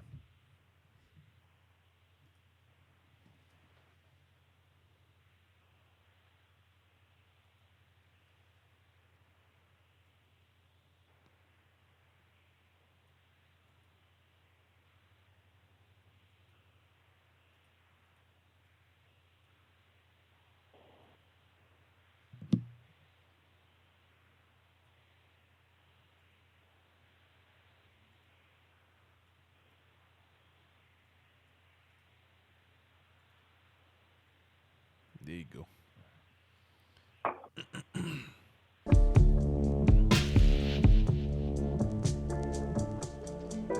All right, and we're back with Raider Kane. This is Kane's Corner. Kane, man, we missed you out at the game yesterday, but we understand you had family obligations, and that always takes precedence. But we did miss you at the tailgate regardless. It's never the same without the entire Pillaging crew. How are you doing this evening, my brother? I'm doing great, man. I'm doing great. And you know what? It was good to see us on TV, too. Yeah, there you go. You know what I'm saying? There you go. That was dope. And just because you didn't see us in the shot, don't think that we were just letting everything hang out there for the taking. We were in the van pulling everything out. That was an early shot. We were getting everything set up. So that's why you didn't see the mics and all that on the table. But the logo, it was nice and clear. Yeah, it was. And we'll take free promotion any chance we There can you get. go. There you go. Let that be a lesson to you, NFL. Take the free promotion, even though you don't need it. Okay. But Kane, man, we got a lot to cover. There's a lot to unpack from that game, bro. And there's just a kind of a lot going on in Raider Nation right now. It's that time of year, So let's talk about it a little bit, man. What were some of your reactions after Saturday's game? Some things that jumped off the screen to you. Well, I like the way the defense. The defense seemed to play, play fast, play aggressive. They made a lot of good plays. The Rams, they only scored 3 points or some shit like that. So that's pretty good. Although it was only backups, the defense did look tight, and I liked it, especially the DBs. The DBs are real aggressive. I think we're gonna have a lot more interceptions this year, a lot more hard hits this year. It's gonna be a lot of fun watching this team, especially on defense. Yeah. I want to see some interceptions off of bounces, man, off of big hits. Yeah, deflections, stuff popping up in the air. I expect that, right? We're talking about Abram earlier. Mm-hmm. We expect some of those big hits, especially KJ too, laying some hats out there. Well, not hats, but maybe shoulder, a little bit of shoulder, right? But getting that ball up in the air, man, and playing that tip drill, bro. Play that tip drill. Yeah. I think between KJ and Abrams, they're gonna be like, who will get the best hit today? Let's make a bet. Let's see who's gonna get the hardest hit today. It's gonna be fun watching them two play safety, man. Some real hitters back there. One thing I noticed, a little bit off topic here, but since you bring it up, there was a lot said about KJ's size when he came to the team. Yeah. And now we got a defensive backfield with a lot of undersized safeties, and nobody's saying a damn thing about it. Yeah. So I mean, what's I know it's funny how the nation is, ain't it?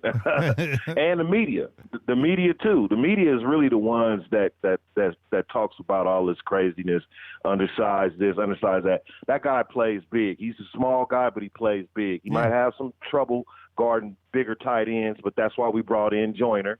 You know, so we still gonna get that same hard hitting. He plays good in the box, good against the run. He fares well against the pass. He's a little bit undersized, but he plays big.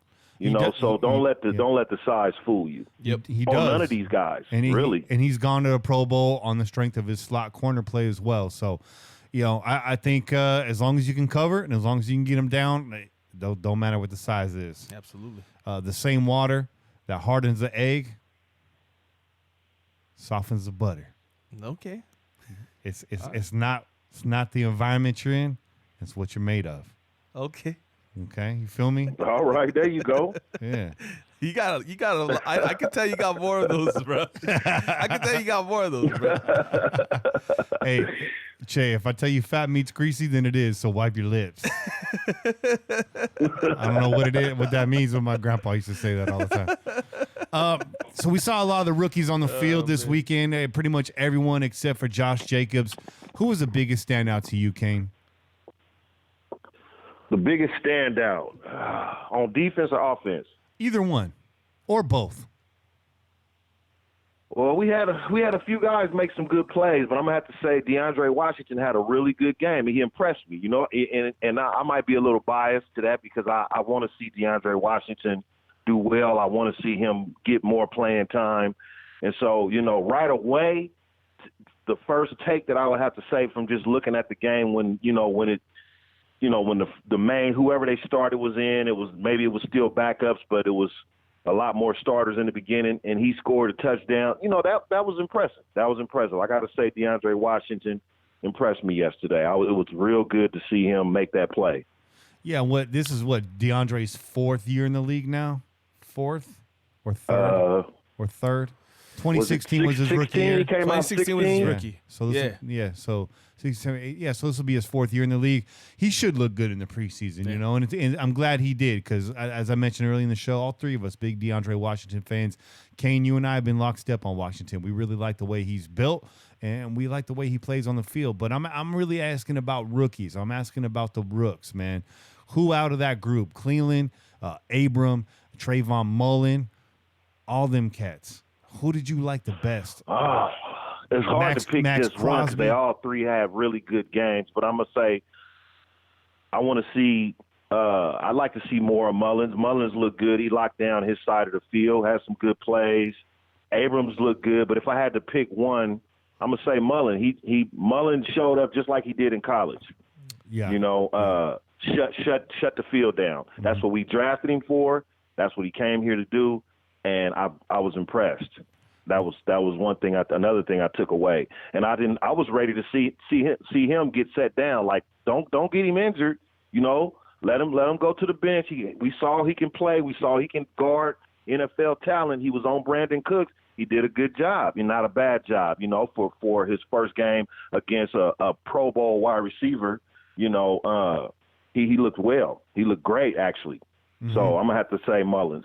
Yeah, it's real quiet on the side of the field, like it's quiet after midnight. Let's call him Midnight Mullen. Okay. Do we like that? I like that. It's dark. It's quiet. I like that. Midnight Mullen. You heard it here first. Sometimes you don't even know he's there. Let's get that trending, y'all. Sometimes and that's what we want. Hey, ain't that what we want from a DB? Yes. You don't hear his name called? Yes. Right. Then you know he was out there doing his thing. He was basically making plays by not making plays. You know what I'm saying? Yeah. So yeah, that's a good thing. And that's a savvy call out. A lot of people would overlook that because you're not hearing about him. But that's a good thing. Like we said, when it comes to a DB, quiet is good. Quiet is real good. What's to make somebody Stackano actually just made a really good point. We've been really nice to AB and stuff, but he has a nice criticism of AB right here, and I think this is fair. He would have liked to seen AB in street clothes on the sideline supporting his teammates. What do you make of this whole AB situation? Shay and I have already given our thoughts on it, but you're a little more hard line and you cut to the chase and you don't sugarcoat nothing. So I really want to hear your opinion on the Antonio Brown situation. You know what? Basically, Antonio Brown is doing what he's doing. There's an NFLPA, there's a union. He doesn't want to wear the new helmet, so he's taking the necessary steps to grieve that, to file his grievance that he doesn't want to wear the helmet. There's nothing wrong with that. As long as he shows up week 1 with the new helmet on, ready to play, I'm fine. Right now it's preseason. It was game 1. He wasn't probably going to play anyway. He was working out he's been working out all off season. He's in shape. He's ready to go. He may need to get some time playing with Derek Carr. This may hurt that relationship just a little bit because they're not getting the time in to, to get their timing down. Other than that, I'm not worried about Antonio Brown, and I don't know why everybody else is. Yeah. This is minor. Now, if this was going into week 1, if we was getting ready to start and he didn't show up, to all this time in camp, and we get ready to start the season and he's still, then I'd be a little bit concerned. But right now, there's no concern at all. Good. We're all on the same page right there. Yeah. I like that. And Kane doesn't hold back, so that's it right there. That's a straight shooter comment. Punters hold a special place in the hearts of Raider Nation. Who's winning this punting battle this preseason? Oh, man, definitely not Townsend. What, he had a punt for 34 yards? Oh, man. Yeah. I think, that was just sad to see. And I saw Raider Watts Marquette King is still available. I mean, I don't know, man. I don't know. I mean, I know everybody's down on Marquette King, and I shouldn't even be talking about this, and I don't want to spend a lot of time. But he is available, and we don't have a punter. So he is, and here's a fair comment about King, though. Here's my criticism or my concern about King, and this has nothing to do with his personality at all whatsoever. Is he hurt himself pretty bad over there in Denver, and he complained about it. Was he able to bounce back from that? Is that a lasting thing? Because I know it was a lot about form and technique that caused that. If he goes back to his old ways, does that clear up? I don't know. But I think King, for the most part, he's in the rearview mirror, and he's not on an NFL team right now. So I don't know. You can call those red flags what you want, but it is what it is. But Townsend, and a real quick comment, because we were talking about Townsend and Cole earlier, and Watts had a fair point, and he said, Townsend had a short field on one of those punts, and that's fair. But Shay, you and I were there at the game when we were watching them punt during warm-ups. Yeah. And Townsend, it was real pitiful during warm-ups. Yeah, it didn't look, it just didn't look like it's going to change, right? No. That's the problem. Yeah. We didn't get the feeling like, oh, okay, it looks like he's going to improve this season. It doesn't feel that way, man. Mm-mm. It feels like we're going to see more of the same if he's around. So, like I said, if that's the case, then I think you give the new young guy the shot to try to prove, do something different. And I think they like him because he could also come in if for some reason your main kicker, gets injured. He was kicking off during the game as well. He was out there doing the kickoffs and he was punting. So, I think they and that could possibly win him the job too. That's what I'm saying. Yeah, that could win him the job. The fact that he can kick. And they say he has a lot of leg. They say he's got plenty of leg. The problem with him is his directional punting, right? So, but I mean, we already went the other way. Yeah. And we're not happy with it. Yeah. So I think we'll take that. We'll take the guy with the bigger leg that maybe's still got to work on his ability to keep things, inside or not kick him out of bounds or whatever it may be. I think we'll take that chance, man. Yeah. I think we'll ride with that, and I think Gruden is leaning towards that too. Yeah. So that's the fact of the matter is what happened to Townsend. He was the best punter in college coming out. He was the real deal. When we drafted him, it was like, oh wow, we got the best punter. We drafted the best kicker.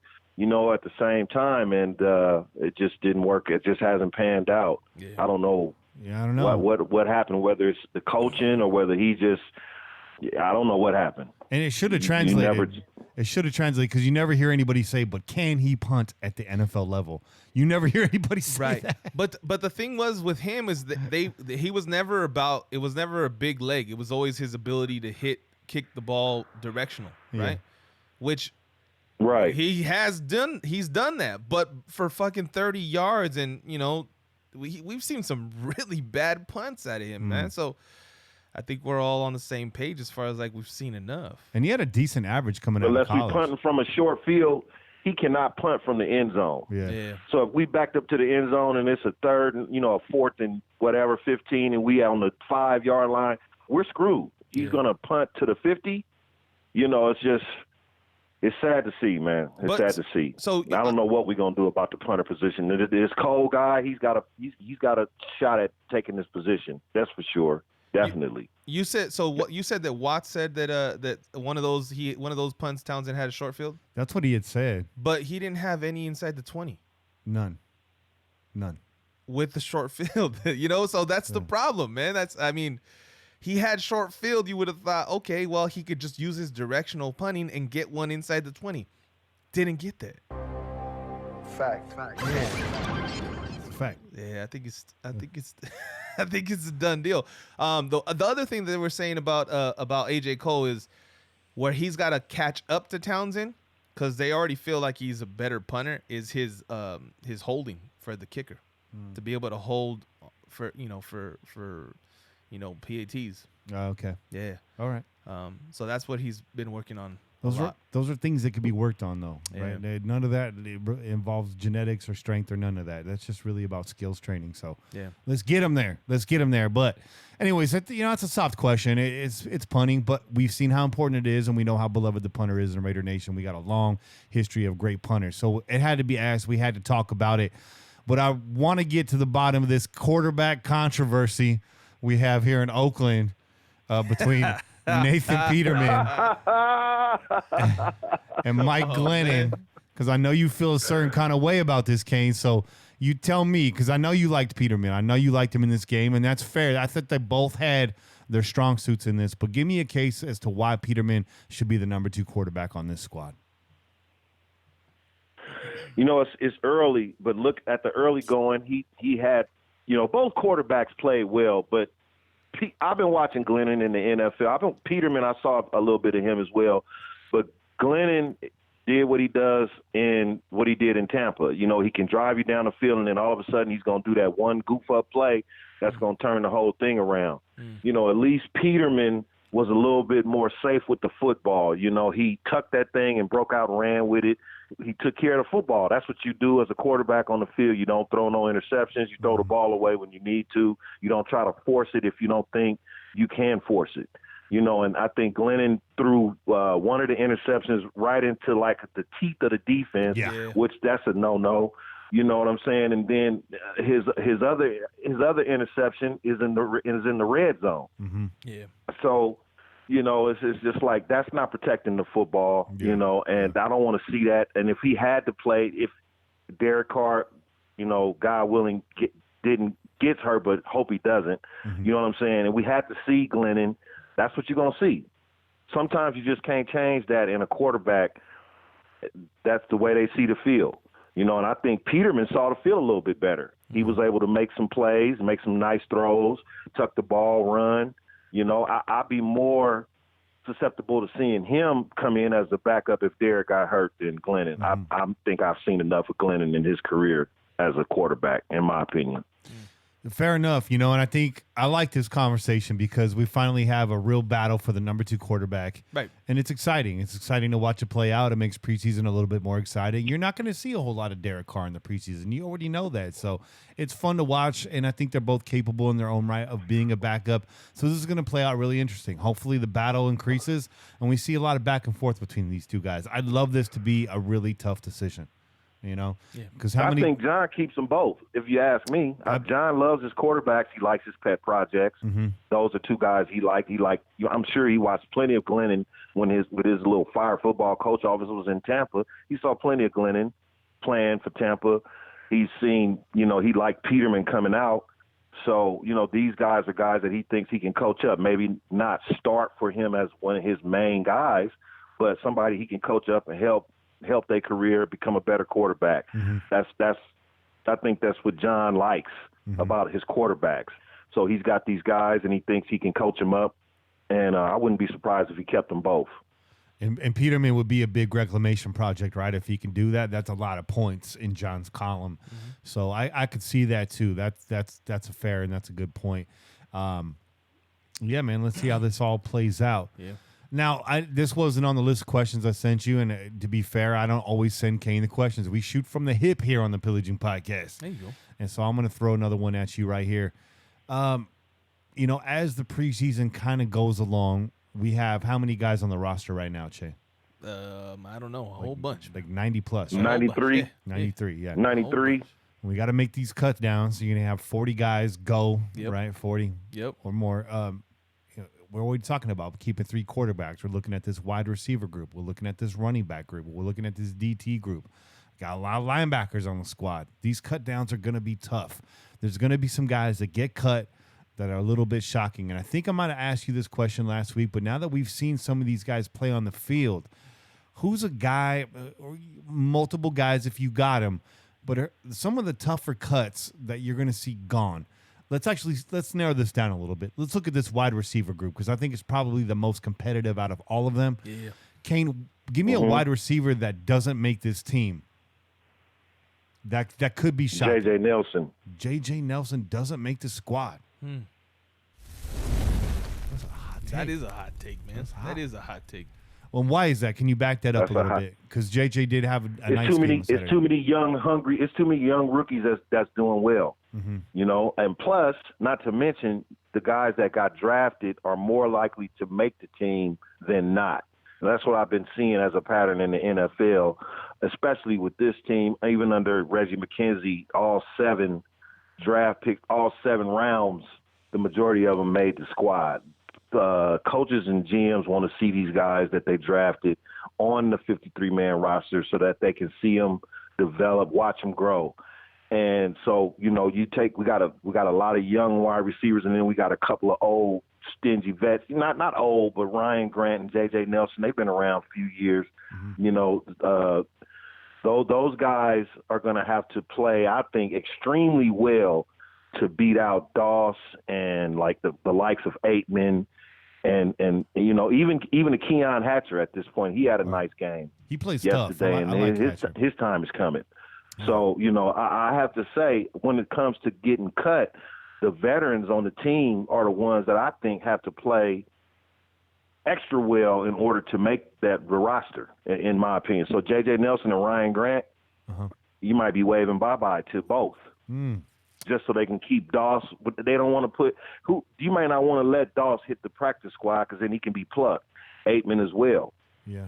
They can be plucked. If you cut these guys, the veterans – they go on, they get other, they get other contracts with other teams or whatever, they get other looks. Mm-hmm. So I think if you value the young guys that you drafted, you're not going to keep J.J. Nelson and Ryan Grant. I think they're just there to push the younger guys, if you ask me. Interesting, because Nelson's been lighting it up in camp. So let's kind of recap this. Let's go through how many wide receivers do you think they keep on this team? Do you think it's going to be 5? I say 6. 6? And that includes like Dwayne Harris as a return man? Absolutely. All right, so we got Dwayne Harris. So that's where it gets thick. Right. You got Dwayne Harris, though. You're going to have AB. You're going to have Tyrell Williams. You got to think they're going to keep Hunter Renfrow. That's 4 right there. And you got 2 left, so you're going to populate that with, you got to pick now. Doss, and then like I wrote in the chat, Aitman and Harris. Aitman is on the bubble at this point. Like I did say the rookies, but now for Dwayne Harris is the punt return guy. So obviously you got to have a spot open for him, unless one of those young guys lucks out and gets returns punts and beats him out at that position. Mm-hmm. It's gonna be hard, man. But like I said, it's gonna be some tough cuts. You know what I'm saying? It's gonna be some tough cuts. And so when you get down to that last position, it's either Aitman, it's a Aitman, Doss, Harris / somebody's getting cut or going to the practice squad. What do you think, Shay? Who's your guy? Who doesn't make this wide receiver group? I'm actually looking at the stats, the receiving, and yes, this is preseason, but looking at the stats for yesterday's game, we have Marcel Aitman with 1 catch for 19 yards. We have Keelan Doss with 2 catches for 9 yards. At the top of that list, you have Keon Hatcher, 2 for 45, J.J. Nelson, 2 for 43, and Ryan Grant for 3 for 32 yards. Okay? I think that those guys are showing a lot more than Aitman and Doss at this moment. Now, that could change. We still have 3 more preseason games. Maybe they get their shot with the second team or whatever it may be. Maybe they look a little bit better. But I have a hard time dropping J.J. Nelson or a Ryan Grant at this moment, just because they're the ones that actually put they actually put some tape out there. And like you said, J.J. Nelson right now is been talked about a lot, of making big plays at practice in the scrimmages that they've had with the Rams and whatnot. Like we said, we already know we're pretty confident that we know what the 3 locks are, right? Yeah. We're pretty confident it's A, B, Tyrell, and then you got Renfro. Okay, so that leaves 3 spots. That leaves 3 spots, and I have a hard time putting Aitman and Doss in there ahead of J.J. Nelson and Ryan Grant. It's really going to come down to it, and I know that the Nelson take is hot, but it's fair when you look at it from a philosophical standpoint. What's the philosophy of this coaching staff and this front office? You got your vets. You got AB the vet. You got Tyrell Williams, who's had a few years in the league. I wouldn't put him up there as like seasoned vet, but he's got a few years in the league. He had production with San Diego. You know he's going to be there. He's a burner as well. Renfro's a young kid, right? So you want to invest in the kid that you drafted, and then after that, it's beyond that, how much playing time are the rest of those guys going to get? So to Kane's, no, you guys are forget. but to Kane's point, let me. To Kane's point, let me finish my point. Do you keep Nelson and Grant on the squad, or do you keep these cats on the squad above the younger guys? Right. No, I get that aren't going to be getting a lot of playing time, or do you let them go, seek out opportunities, right, and keep the cheaper out of the bunch? I get that point. So you can argue it both ways, and I'm really just saying this for our listeners. I'm not arguing it myself. I'm just kind of trying to set the table here. But Kane, go ahead. You were going to say. I was going to say, Che has a point at keeping at the veterans did play well against the scrubs, or the lesser talent in the league. But in order to keep the Ryan Grants and J.J. Nelsons at the 4 and 5 position, they have to play special teams. Right. So here we go with another point. When you keep the young guys, they play in special teams. So they're going to make the roster. In fact, the fact that they play special teams. Does Ryan Grant and J.J. Nelson play special teams and be the number 4 and 5 receiver when, in fact, you can be a number 2 and 3 or both could be at least a 3 for another team. So the point I'm trying to make is not that they're not better than Aitman or Doss, but are they going to play special teams? Right. And that's where it's going to boil down to. Yeah. Yeah. That's why I see him getting cut. Okay, so yeah, that's fair. That's also a really good point. Yeah. And then let's go outside of this group right here and look at one of our pillagers here in the chat, Luis Juante. He's got AB, Tyrell Williams, Hunter Renfro, J.J. Nelson, and Ryan Grant, and Doss, and Hatcher, and 88 men on the practice squad. Hatcher can't make the practice squad, can he? He's not eligible. This is his 3rd year. You only got 2 eligible practice squad years. Okay, I didn't realize this was his 3rd season in the NFL. I did not realize that. So that's a fair point too. I like Hatcher, man. He plays tough. He does play tough.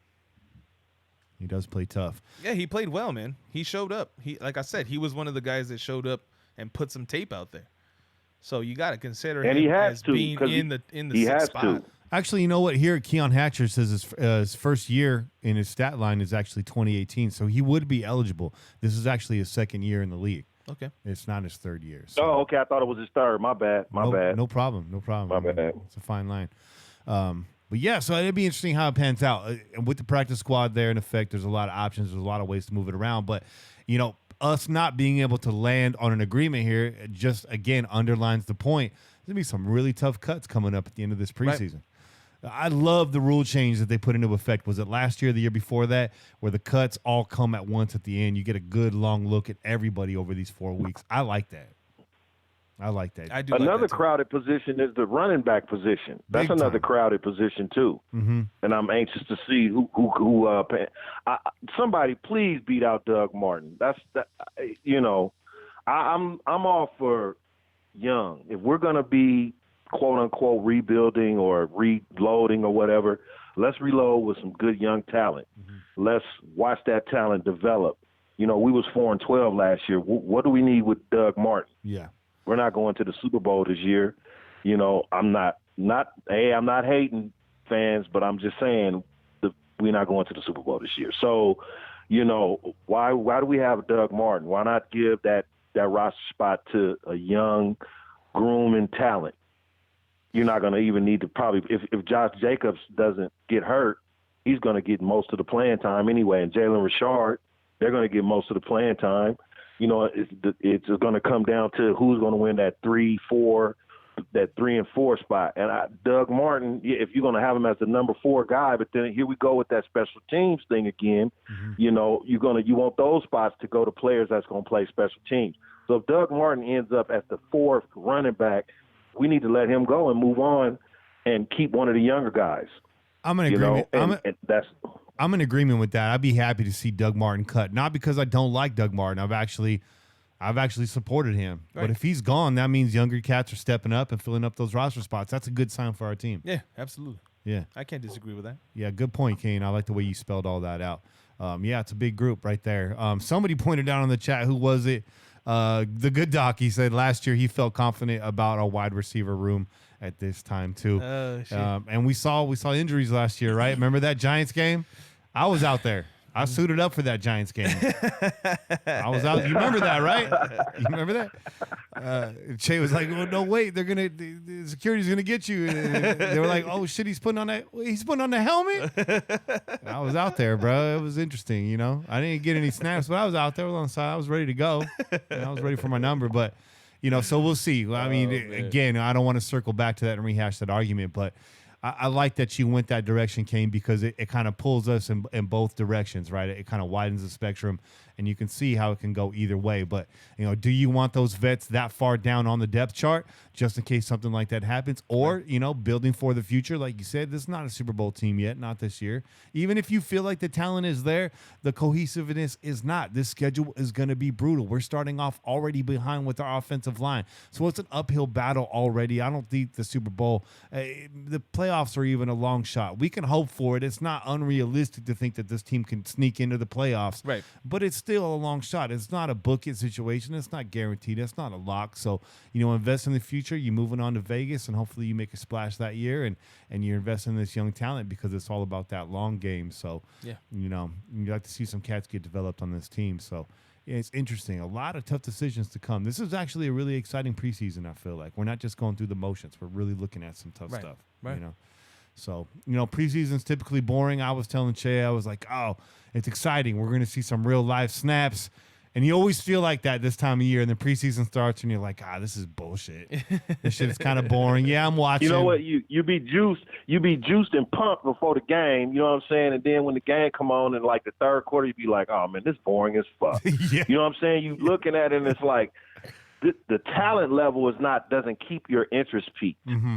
You know what I'm saying? Just the talent level. It's just, you're not going to be watching this in the regular season, and you are trying to watch, and my thing is this: it's 46 guys on that roster right now that you could name for all 46 players that's going to make the team. I know I can, or maybe we got, like we just had a little debate about the wide receivers, the running backs, but at the end of the day, I think I can give you 46 players. So you're looking at the preseason to get like eight guys, because seven positions to fill out the 53-man roster. That's what you basically looking at these 4 games. That the last 7 players to make the squad. That's boring to me. I mean, I like what I saw in the first 2 quarters. when it got to after the second half, it was like a lot of these guys we ain't even gonna see them. You know what I'm saying? They all having good games, they flashing, but at the end of the day, when you put them in there with the ones, we had, like 15, 16 motherfuckers that didn't even suit up and play, like starters, legitimate guys that didn't even play. And I'm sure the Rams had just as many on that side. So all this hype and, this oh, man, we get to watch it. That's cool. That's good. But at the end of the day, that shit was born in the third quarter. I'm sorry. Wake me up week one.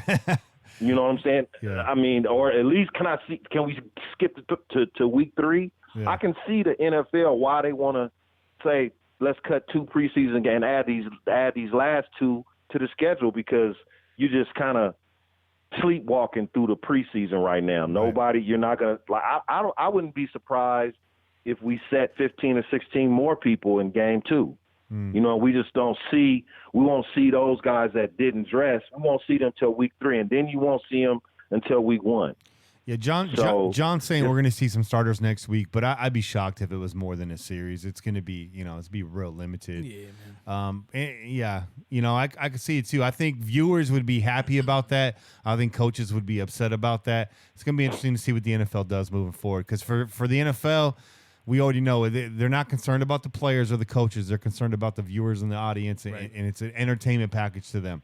Everything else aside. But Kane, man, it's almost 9:30 here. It's been a big show. My favorite part of your segment is when we get to kind of banter and get off topic and stuff. I don't think we can do that tonight just because it's just been so much to talk about, man. Yeah, man. Yeah. It's all good, brothers. It's great to be back.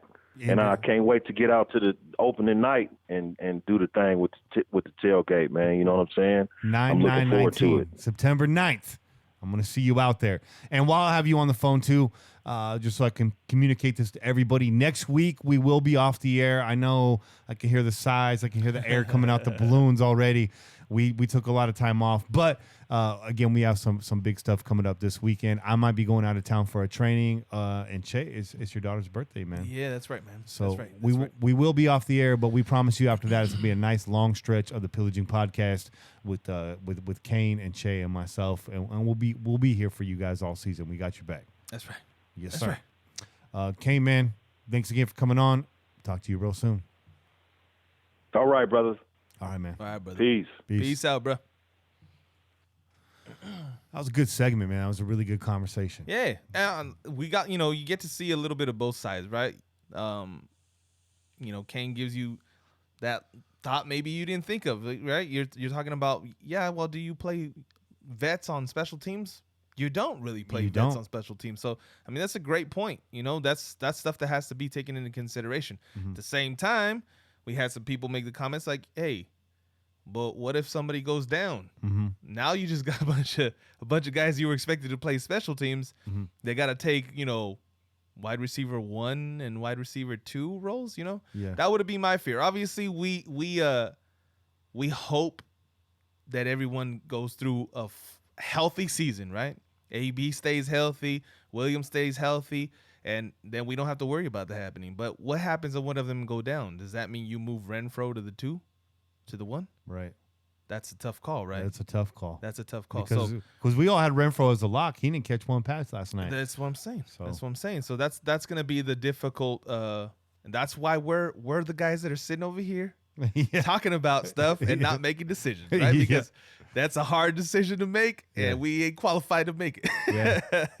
But I always like Kane's takes, man, because like you said, he forces you to think things differently. That's what I'm saying. You may not always agree with it, but he'll get you thinking. And I just want to give a shout out to the chat right now, because we got some hitters in there tonight. There's points flying all around. I feel like I've been ignoring y'all too much. If we didn't have so much content to cover, it would have been a lot more interactive. But Kevlar Prom Dress, who's got the new nickname KPD, I'm seeing right now. Okay, KPD.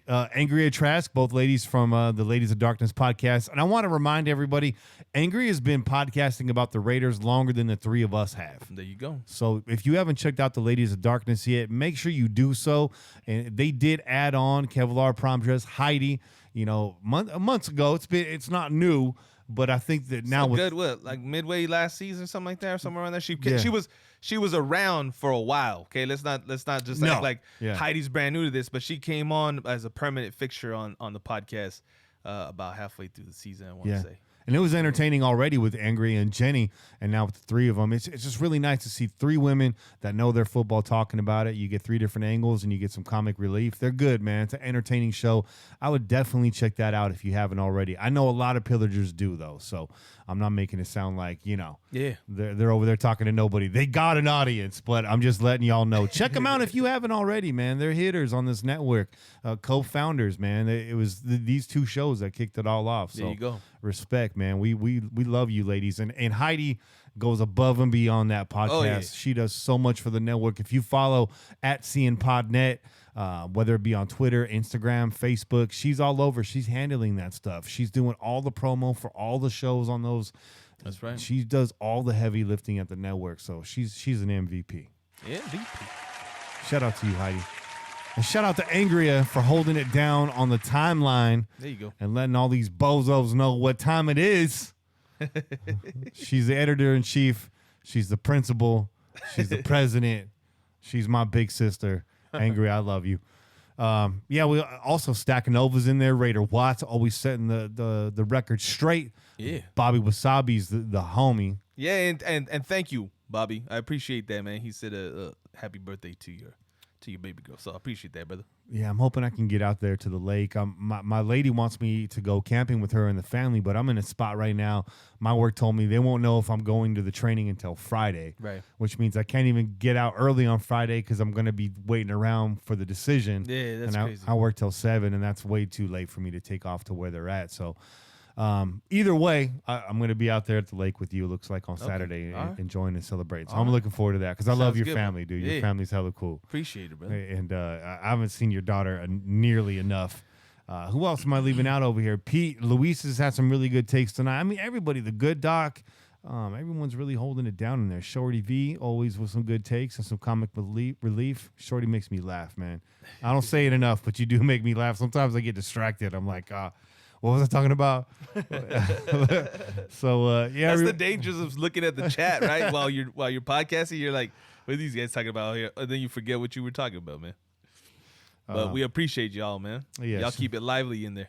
Yeah. Speaking of you guys, let's go to these phone calls. Yeah, let's man. get these calls in, though. I got Polygon hitting me up. He's reminding me we got the Crow's Nest, and we got to get that started. I got 0 notes for the Crow's Nest right now. So we are going to the phone line right now. We're going to be listening to your messages, and we got quite a few of them because we're kind of up against it right now. I might take one caller. I don't know that I can take more than that. I had a couple people hit me up on Twitter, and I know Hardcore was planning on calling in too. The first one of you that gets in here right now, and I got it open, I got the phone line open, I will take your call, but after that, I'm going to have to shut it down. I apologize. Again, don't take it personally. You can call us back in 2 weeks when we're back on the air, okay? There you go. So let's start right here with the 209. Oh, we got a call coming in already from the 562. I'm not going to be premature. I know I got to accept the call. There you go. Call from Louis. To accept, press 1. To send a voicemail, press 2. It's Luis on the phone calling from San Quentin. Hey, man. San Quentin. Sorry, actually, I'm in Mayport, Florida right now. I'm stationed out here. Oh, wow. Right on. Yeah. I was supposed to be down in Seal Beach, California, in Long Beach. Mm-hmm. But the Navy put an okie doke on me. And oh, man. I'm doing a tour without my family out here for the next shit. 2.5 years. Damn, and you got to deal with that humidity and all that, and you got to deal with Florida, man. Louis, man, thank you for your service. I want to say thank you for your service. Appreciate you. Yeah, yeah, I was pissed yesterday because I couldn't watch the game at the bar, and so I had to get Facebook. I don't like Facebook, but I had to get it just to watch the game so I can go Oakland Raiders live and watch it on my damn phone. I hear you, man. So you're calling in today. What do you want to talk about, brother? Oh, no, I'm going to just keep it short and simple. Just glad you guys can get me on the radio. I've been listening to you guys for about a month now. That's what's up. Cool. Everything's cool with you guys. I'm glad you guys have a podcast. And, well, the only Raider thing I like to talk about really is about AB. I ain't sweating that man. Cool. There you go. He's our number one for a reason, and he's gonna show up week 1. Yes, sir. And that's about it. Like, let that man rest his feet. There you go. And I just like that he spray painted that helmet silver, though. That was great. He really did. Hey, that just shows you his head's in the right place, right? Yeah. But hey, and then I know you guys see me always posting up beer stuff, and I really love beer, you know. But I'm not an alcoholic, but at the same time, I drink a lot of beer. Don't have a problem. Ain't nothing wrong being a connoisseur, man. Yeah, my problem is I don't drink enough. But, Okay.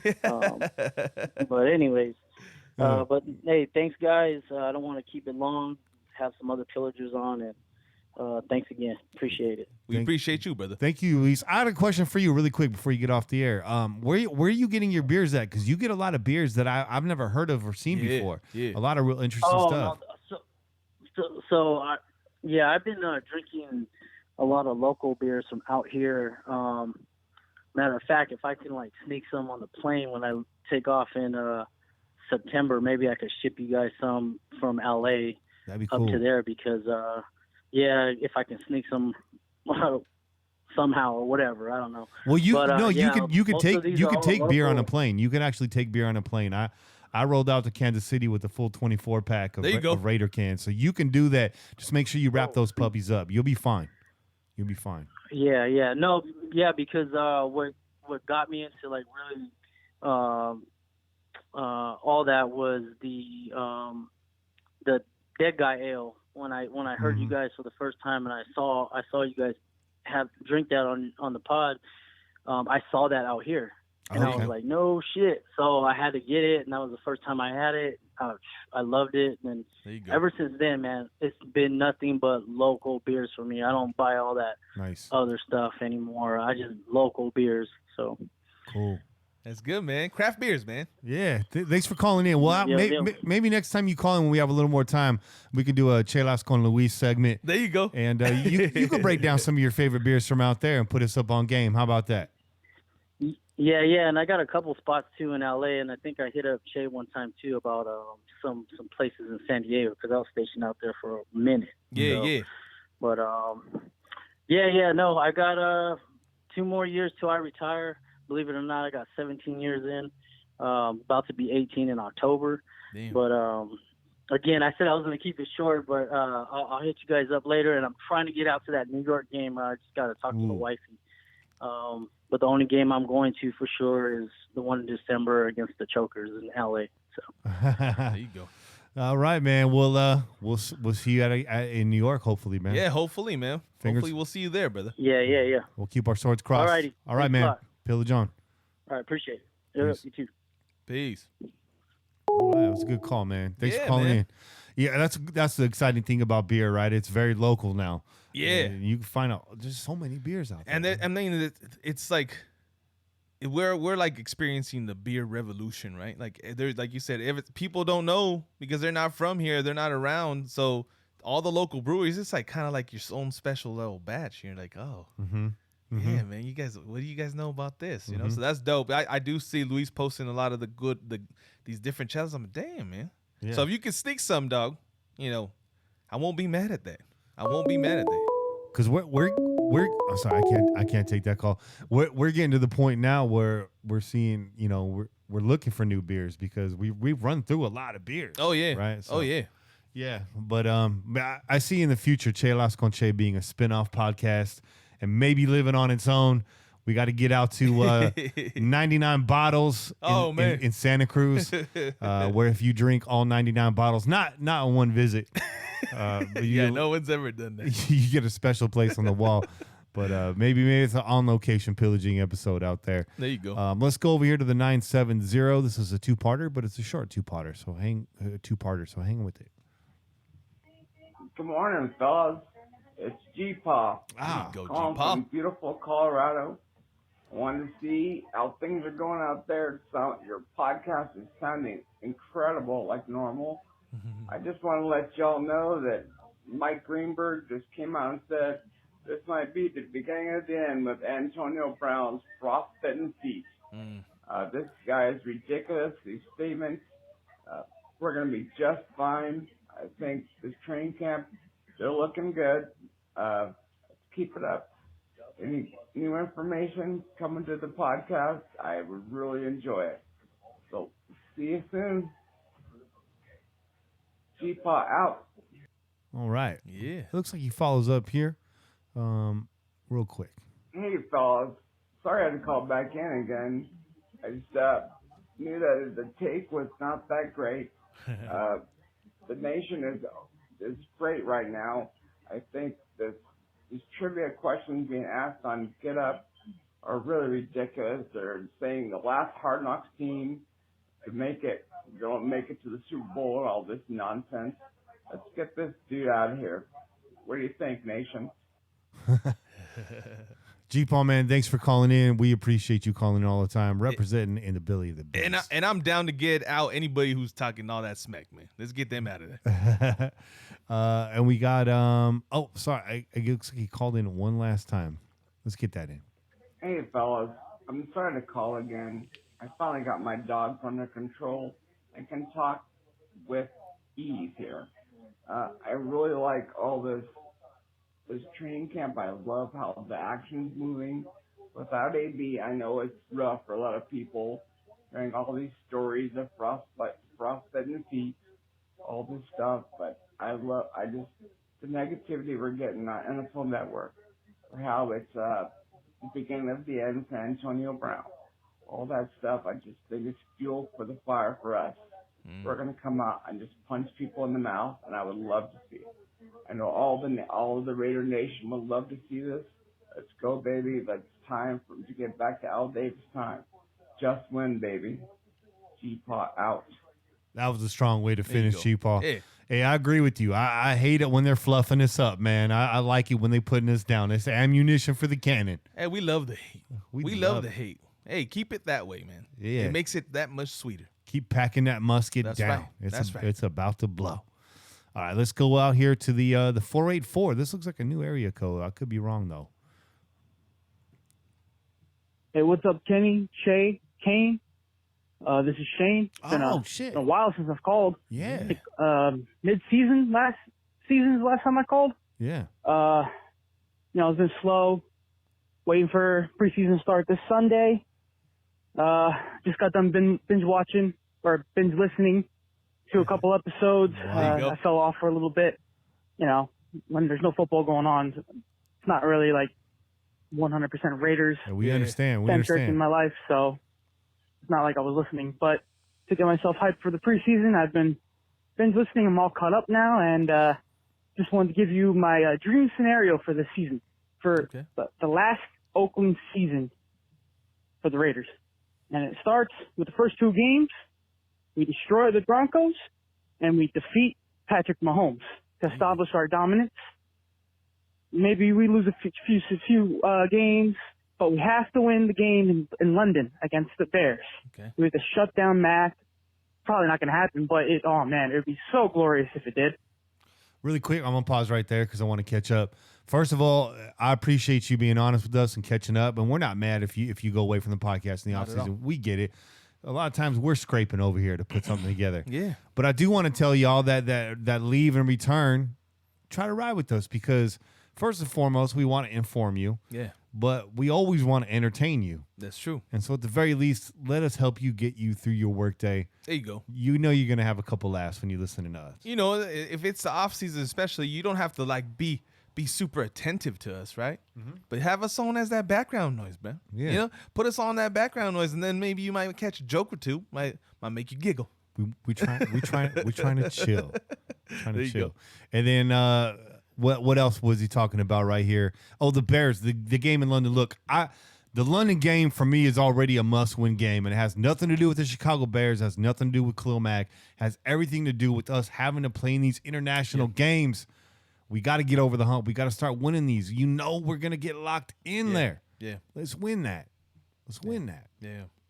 I agree, man. Played a few more games. Ideally, 13-3 is where we end because there hasn't been a 13-3 winning divisional record for I don't know how many years, but I went back as far as 2015, and none of our teams in our division have gone 13-3. So I think that'd be pretty sweet. That would be. Get to the playoffs. Oh, I'm sorry. Before I go on, we have to defeat the Colts as well, because the Colts are the reason we didn't win in the playoffs in 2016. So we have to get that revenge. A little Get bit of to a the grudge. playoffs. Ideally, we face the Texans. Get that revenge. You know, what if Derek Carr was healthy? We beat the Texans. And what I want the most, at the AFC Championship game, we dethrone Brady. And especially if we make him fumble.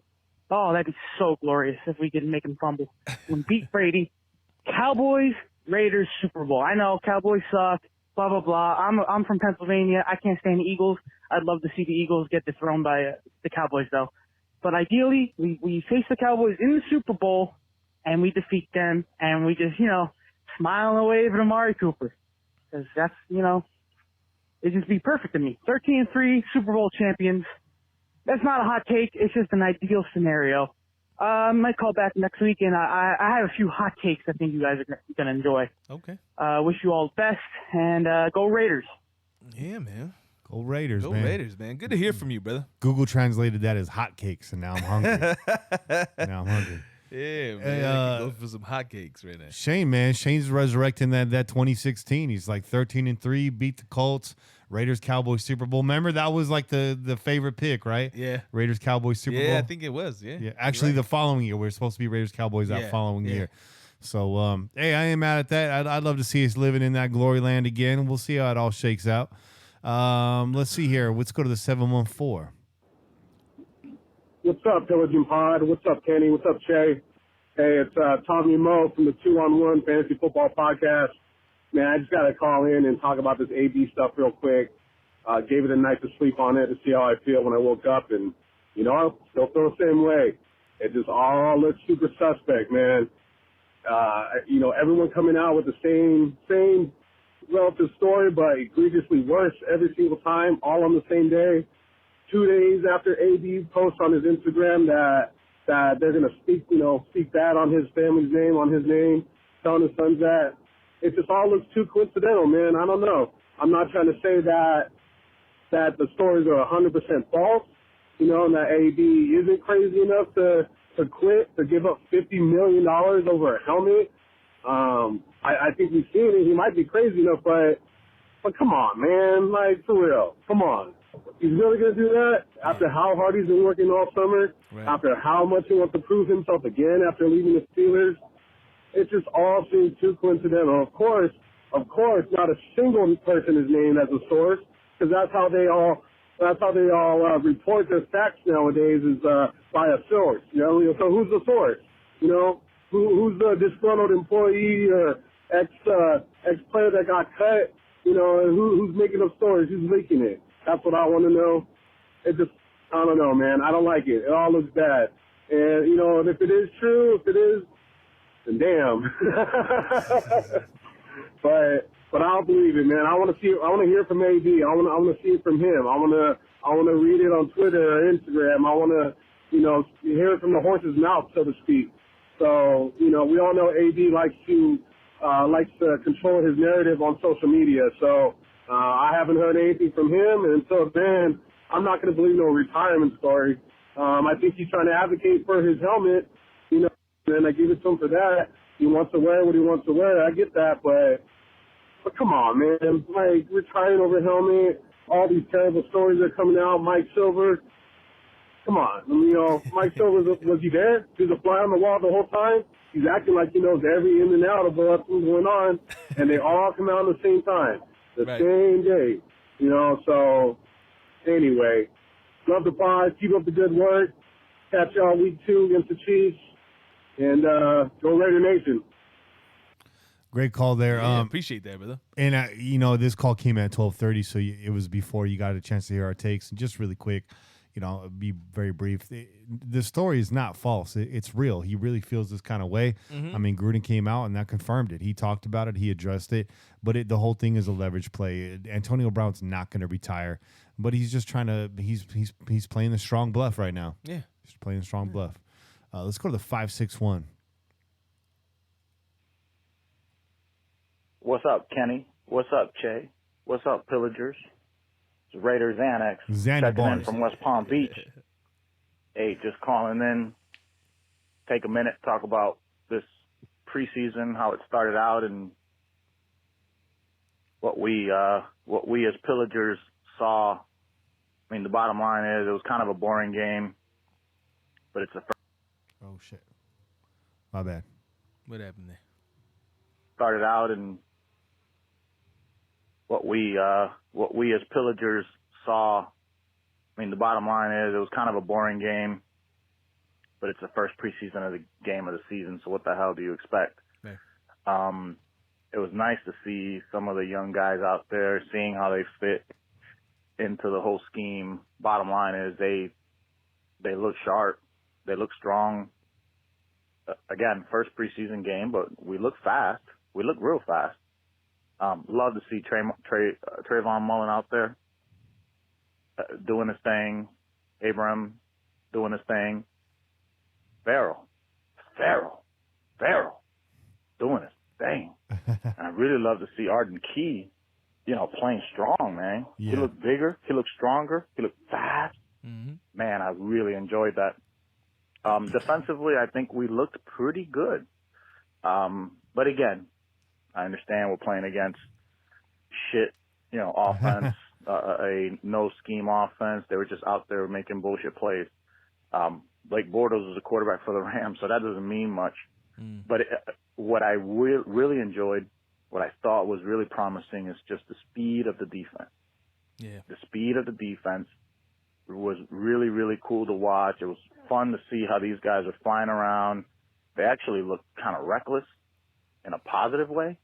I hope you understand what I mean by that. Mm-hmm. Yeah, I get that. I'm sure you do. We look pretty good. I was actually thinking about why the hell is Hurst playing so much? Right. Hurst played a lot, and I wonder if that's if that is somewhat concerning. Like they're putting him out there to play as much as he did because they're not convinced that he can actually do the job. And frankly, that concerns me a little bit because he made some mistakes. So we'll see. I like Maurice Hurst, and I hope that he can be a guy that we can count on long term. But the fact that he played that much tells me that he's almost fighting for a spot. Don't make too much out of it again. That position is injured right now, so he's out there based on need. John did address that in the press conference. Didn't call out Mo specifically, but in general, guys got more time than they were slotted to get just because we're dinged up. Right. We'll see. Maybe I'm wrong, but again, just going by the optics of game one. But I'd love to see Key. Key was actually playing deep into the game as well, so maybe I'm just making a little too much out of nothing, and they're just trying to get these guys reps. I wouldn't be surprised if Hurst and Key don't play game two, which actually would be a really good thing and would be a good sign for their position. Aside from that, Butler, the running back, please cut him now. DeAndre Washington. Oh, to be continued.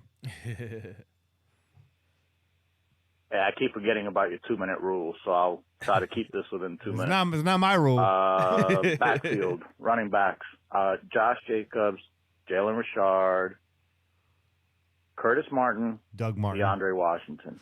You cut Keith Smith, you keep Ingold, and that's your backfield. Okay. I think that would actually be something that I would be happy with. I like DeAndre Washington. I think he pushes. I think he's a strong kid, and frankly, he's cheap, so we got to keep him, man. Aside from that, I think our wide receiving core is pretty much set in stone. Love that video of Renfro with the cam on his helmet making all those catches, dog. That shit was fucking fun to watch. That was dope. And frankly, those passes were zooming. The fact that he caught every single one of them was really, really cool. I think, once again, not getting too hyped up. It's preseason, but I'm really happy with where our boys are, and I hope that AB comes back, everything falls in place, and we can fucking rock the house, man. Raider Nation, Kenny and Che, keep kicking ass, man. Watched your thing yesterday in the preseason game. That was a lot of fun. You guys keep up the good work. We'll talk soon, man. Get me on that 2-minute drill. I'll kill it. Peace out, fellas. Later.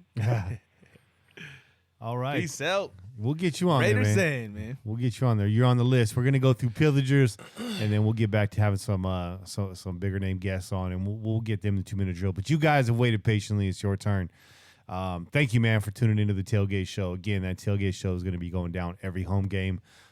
Subscribe and click that little bell so you get notified. I can't tell you exactly what time it goes, so just be on the lookout. Yeah, get that notification, man. Mm-hmm. I think you meant Doug Martin, not Curtis Martin. That's a big callback. Yeah. Curtis Martin's like, what? Curtis Martin heard that right now. He's like, what? But yeah, I see what you're saying. What's up, my pillagers, man? First time calling in, man. I thought I'd try to call in. There you go. Watch Raider, man. What's going on? I thought that was you, man. Just want to give my thoughts on the game, man, last night. Man, I'm proud of the defense, bro. We looked at like a real defense out there yesterday, man. Really did. The offense, not worried about it. You know, couldn't really run the ball, you know, because the line wasn't beefed up like it, you know, should be, but couldn't really run the ball. Proud of the wide receivers, man. The tight ends played pretty good, too, man. They saved Glennon on a lot of plays. Mm-hmm.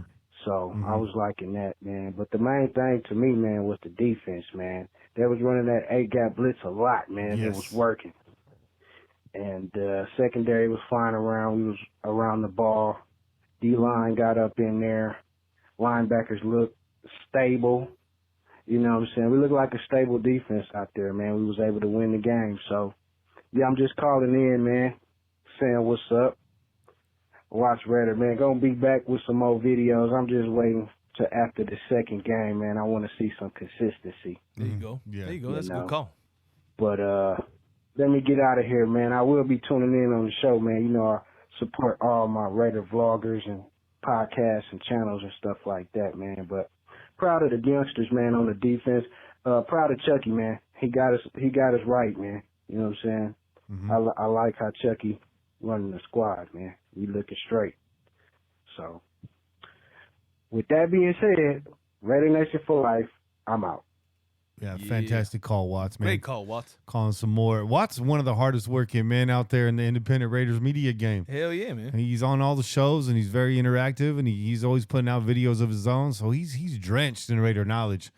I like it. He's saturated in silver and black. There you go. There you go. So I appreciate that. The A-Gap Blitz, man, we spent a lot of time last season talking about that, talking up PG. Yeah. Didn't see as much of it as we'd liked during the season, but now that we're seeing it in the preseason, tells me, because they don't usually like to show these packages in the preseason, tells me he's got a lot up his sleeve if he's willing to show some of these cards now. Yeah. And actually kind of doubling back to the previous caller, Raider Xanax, and this relates to Watt's call too, with the defense getting after it. Remember, these two teams practiced against each other for 2 straight days. That's right. And, you know, I think it was Rich Gannon during the telecast. They were asking him, do these guys pull up or are they getting after it? He's like, these guys are trying to eat. These guys are trying to make the squad. Exactly. There's no holding back. Right. And so I think after 2 days of practice, and Whitehead even said in that first day, he felt like their defense got the W. You know, after practicing, these guys know what it is. They know they're going between the lines. They know they're going to be on television and everyone's watching. So not only I think that they were fighting for jobs, but after 2 heated days of practice and we had that flare up, I think they were also playing for a little bit of bragging rights too after the end of all that. Well, definitely respect, right? Yeah. It's like, listen, man, you guys are going to respect us. If anything comes out of this, you're going to respect us. Yeah. So, man, I like it. I like that heated competition, man. I think they were playing for the W. I think they were a little bit. Yeah. As a team, at least the Raiders, you know what I mean? Yeah. Well, I mean, you shouldn't go into anything trying to lose. Nah. Right? Nah. You should be trying to win everything, man. Everything. You trying to throw back your, fruit cup first, bro. You do that too, man. I beat you, dog. We got 2 more calls, and we're going to get out of here. This is the 760. What up, fellas? John, a.k.a. C. John Fish, down here in Oceanside. Go. First of all, I want you to know that it is Welcome 71 degrees with a 3-mile-an-hour wind right now, 67% humidity. Thought you'd appreciate that from the Crow's Nest. There you go. Yeah. Thanks for the shout out on Instagram. My family was all pumped up that you guys noticed the T-shirt. Yeah, brother. going to be up there for the Lions game at least at this point. So hoping I might be able to get in on that 2-minute drill, if you know what I'm saying. But outside of that, I just wanted to say something about AB. Like, honestly, like, I don't give a fuck about any news until it's the regular season with him. There you go. Good. With Gruden, I think it's all a smokescreen. Like, we don't know what's coming. We don't know if it's left, right, up, or down, or fucking, I don't even know. I'm pretty lit. I'm walking the dog. I won't waste any more time. Pillage on, fellas. Thanks for calling in, John. Yeah, C. John. Yeah, I had to shout C. John Fish out on IG because he was out there. He took a nice photo of him with his daughter and his wife. Mm-hmm. And he just so happened to have that pillaging tee on, man. Fresh. You could just see that pillaging tee peeking out of the bottom of the shot. So I was like, hey, man, I got to shout you out right now. Hey, shout out DC40 Custom Tees. You get yourself a crispy pillaging tee. Yeah, Season's man. about to start, so get your orders in, DC40customtees.com. Very affordable pricing, nice quality T-shirt. You're going to like it. The print, it stays, man. I've been washing mine. They still look great. There you go. And they don't fade, so I like that. Got my Felonious fan shirt gets a lot of wear. Yeah, man, we hope to see you out there Lions game and even more. But what I'm noticing is a trend here is not everyone's buying all the bullshit, man. I think the Pillagers are finally coming around.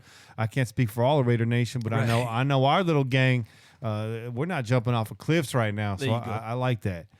Final call, Che. Should we take it? Of course. All right, this is 719. This is a call I could not take live on air. So it's a doozy of a message. Let's hang in there and listen to this, and we'll get about. What up, Pillagers? Wanted to talk to you guys live, but I know you guys are on a tight time schedule. But, yeah, I just want to talk about a couple things. This Hardcore Raider. Last year was like in preseason, and Rich Gannon, Matt Millen, in one of our preseason games, they were talking about there's a lot of, people out there that wanted the Raiders to fail.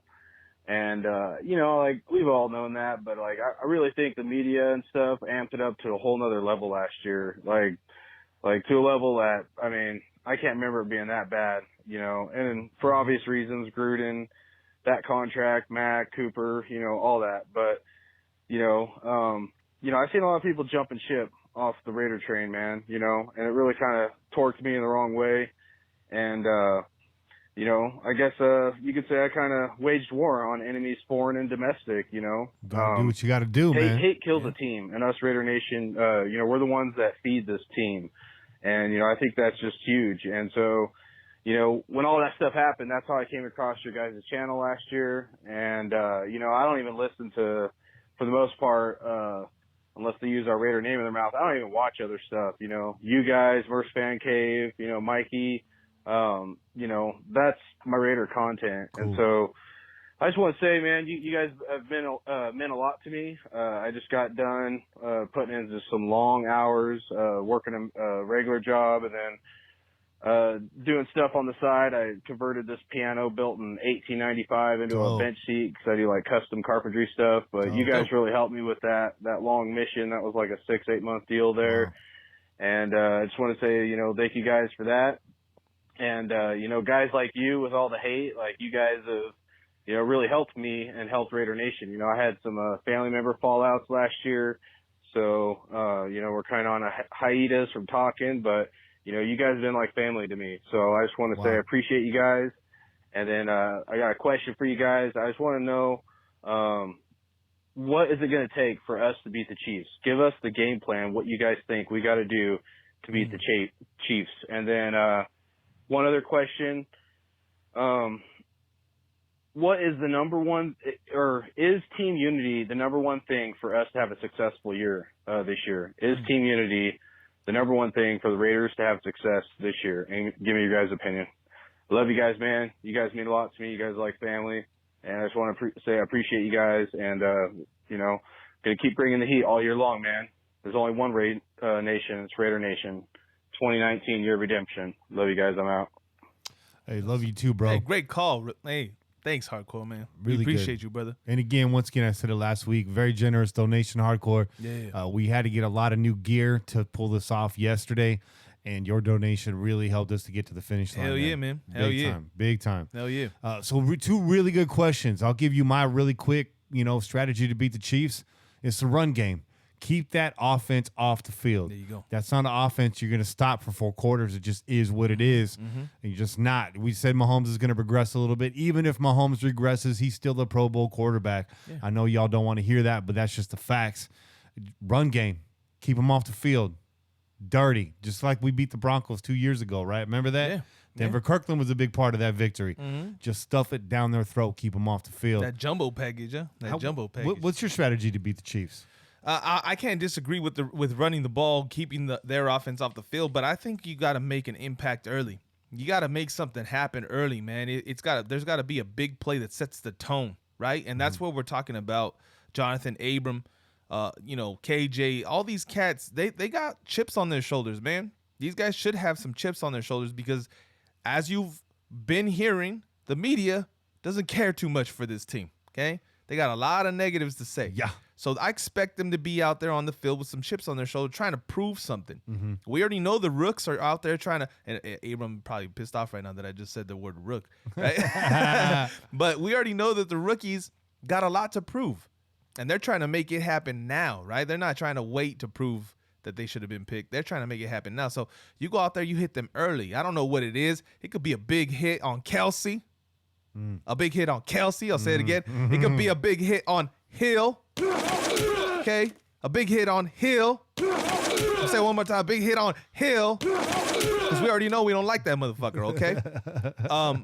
But we got to do something to set the tone early in the game. And I expect the offense to do that, right? Use that size, that beef up front to run that ball down their throat. But I also expect the defense to do something that lets them know, yeah, we're here. Yeah, we're here. So there's got to be a big play early in that game. We cannot let them hit the ground running, get the ball rolling.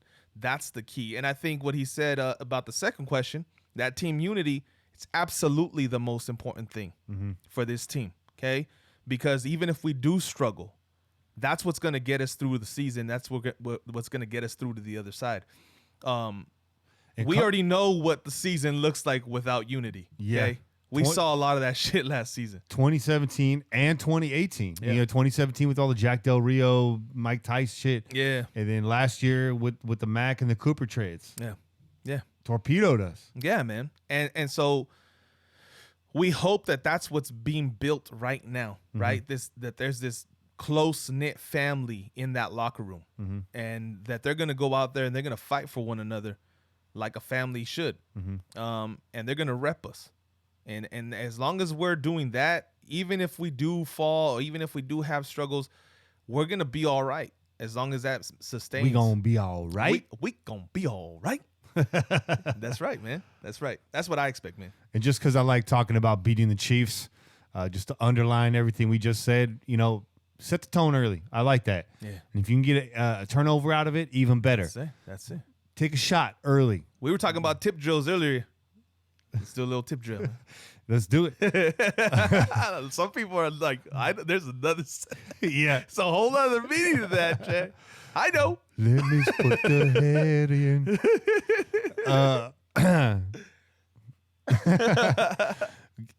Take a shot early, though. Get on the board. You don't want to get behind in this game, but sit on that run. We talked about before, I said early in the offseason, my biggest concern about the team is depth on the offensive line. Yeah.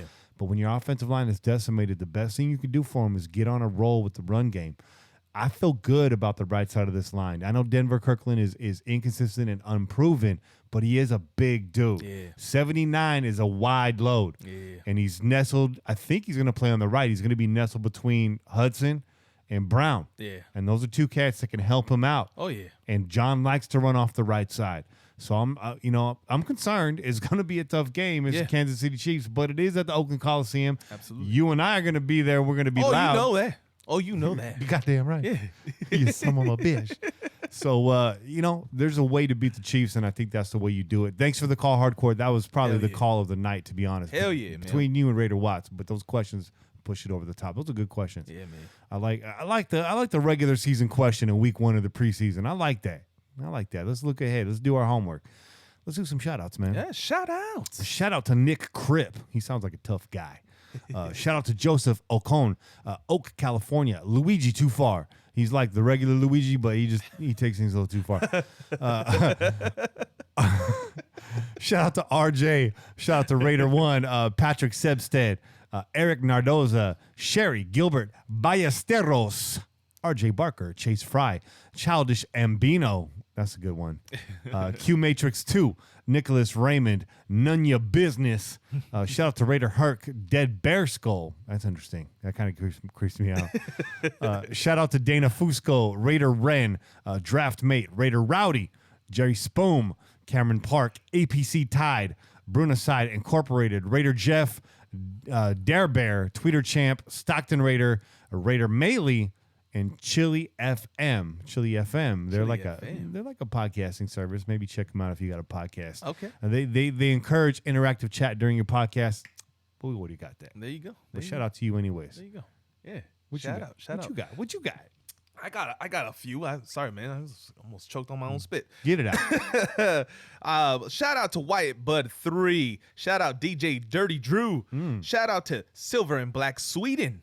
That's right, Sweden. Wow. Sweden, y'all. Okay. Shout out Elite Cardenas. Shout out Dude H69. And shout out to Dapper Dan 16. Shout out to Dapper Dan, man. He sent us a few shots from training camp. He sent a bunch of pictures in the DM. Wow. And he was like, yo, feel free to use these. And I just turned around. I grabbed one. He got a shot of the back of one of the crew members from the Hard Knocks crew. Uh-huh. He got a shot of that. I posted that. That's the one that I sent out on IG, man. With the gray T-shirt? Yeah, the gray jacket. Yeah, our shirt, whatever it was. But yeah, so the day that we premiered, I posted that out. I told everybody, hey, get out there, man. So shout out Dapper Dan. We appreciate that, dog. Yeah, Dapper Dan, man. I have a pleasure working alongside Dapper Dan. Really cool guy, great Raiders fan, funny dude. Actually sends us a lot of the questions, most of the questions that appear in the 2-minute drill. Yeah. So it's out of my hands now. So you get mad at Dan if you want to, if you're frustrated with the drill, because he's been sending me some doozies. Dapper Dan's cool, and he's come by the tailgate more than a few times. Yeah. So, absolutely. And by the way, it sounds like they got their RV up and running. But if anything happens, Dan, like we talked before, you always got a seat in the van. We'll come pick you up. Absolutely. You know we got you. On YouTube, shout out to Carlos Claudio, Daniel Jones, Frosty Goat, and Jose Juarez. And big shout out to Dirt Lot Football. Big shout out. Got to ride up to Modesto, give you a big hug on Friday. You run that joint. Shout out to Coach's Corner in Modesto. That's a cool little bar. Shout out to Rich and Michelle for holding down A Lot Row 4. Michelle, I know you weren't out there early, but you're out there every week anyways, and I got to see you on Friday too. You guys are like family to us. Rich, we talked about you at the top of the show. The Arizona crew again, Marlene and the kids that were out there. You guys are fun. It's cool to meet you guys. And anyone we've met at the tailgate, or anyone we met last Saturday, or anyone we're going to meet this year, hope to see a lot more of you out at the Cali. Yeah. Man, it's going to be a hell of a year, bro. It is, man. It is. It's going to be good. It's going to be good. But we got to get out of here. This has been a beefy show. Yeah. Con carne. Big one. Meaty. Oh, that kind of salad was on point yesterday. It was good. That was on point. Shout out to Artiagas, man. Yeah. That's it for this week's show. Tune in every week wherever podcasts are found. Call in and leave a message to be played on air at 408-909-PJFF. Download the official Pillaging app available for iOS and Android. Please donate to the show if you are so inclined. Shout out to DC4L Custom Tees. And make sure to listen to our network partners, the Ladies of Darkness, Put on Waivers Podcast, the East Coast Nation, them No Ledge Boys, the Inebrination Podcast, and the brand new Blackout Podcast. First episode just came out last week, and the Crow's Nest Podcast recording right after this. Until then, keep the wind in your sails and the rum in your mug, and pillage on, Raider Nation. This has been a product of the Crow's Nest Podcast Network. I'm Kenny Stapler, joined as always by your boy Chick, and we out here. Peace. Go Raiders. Just win, baby.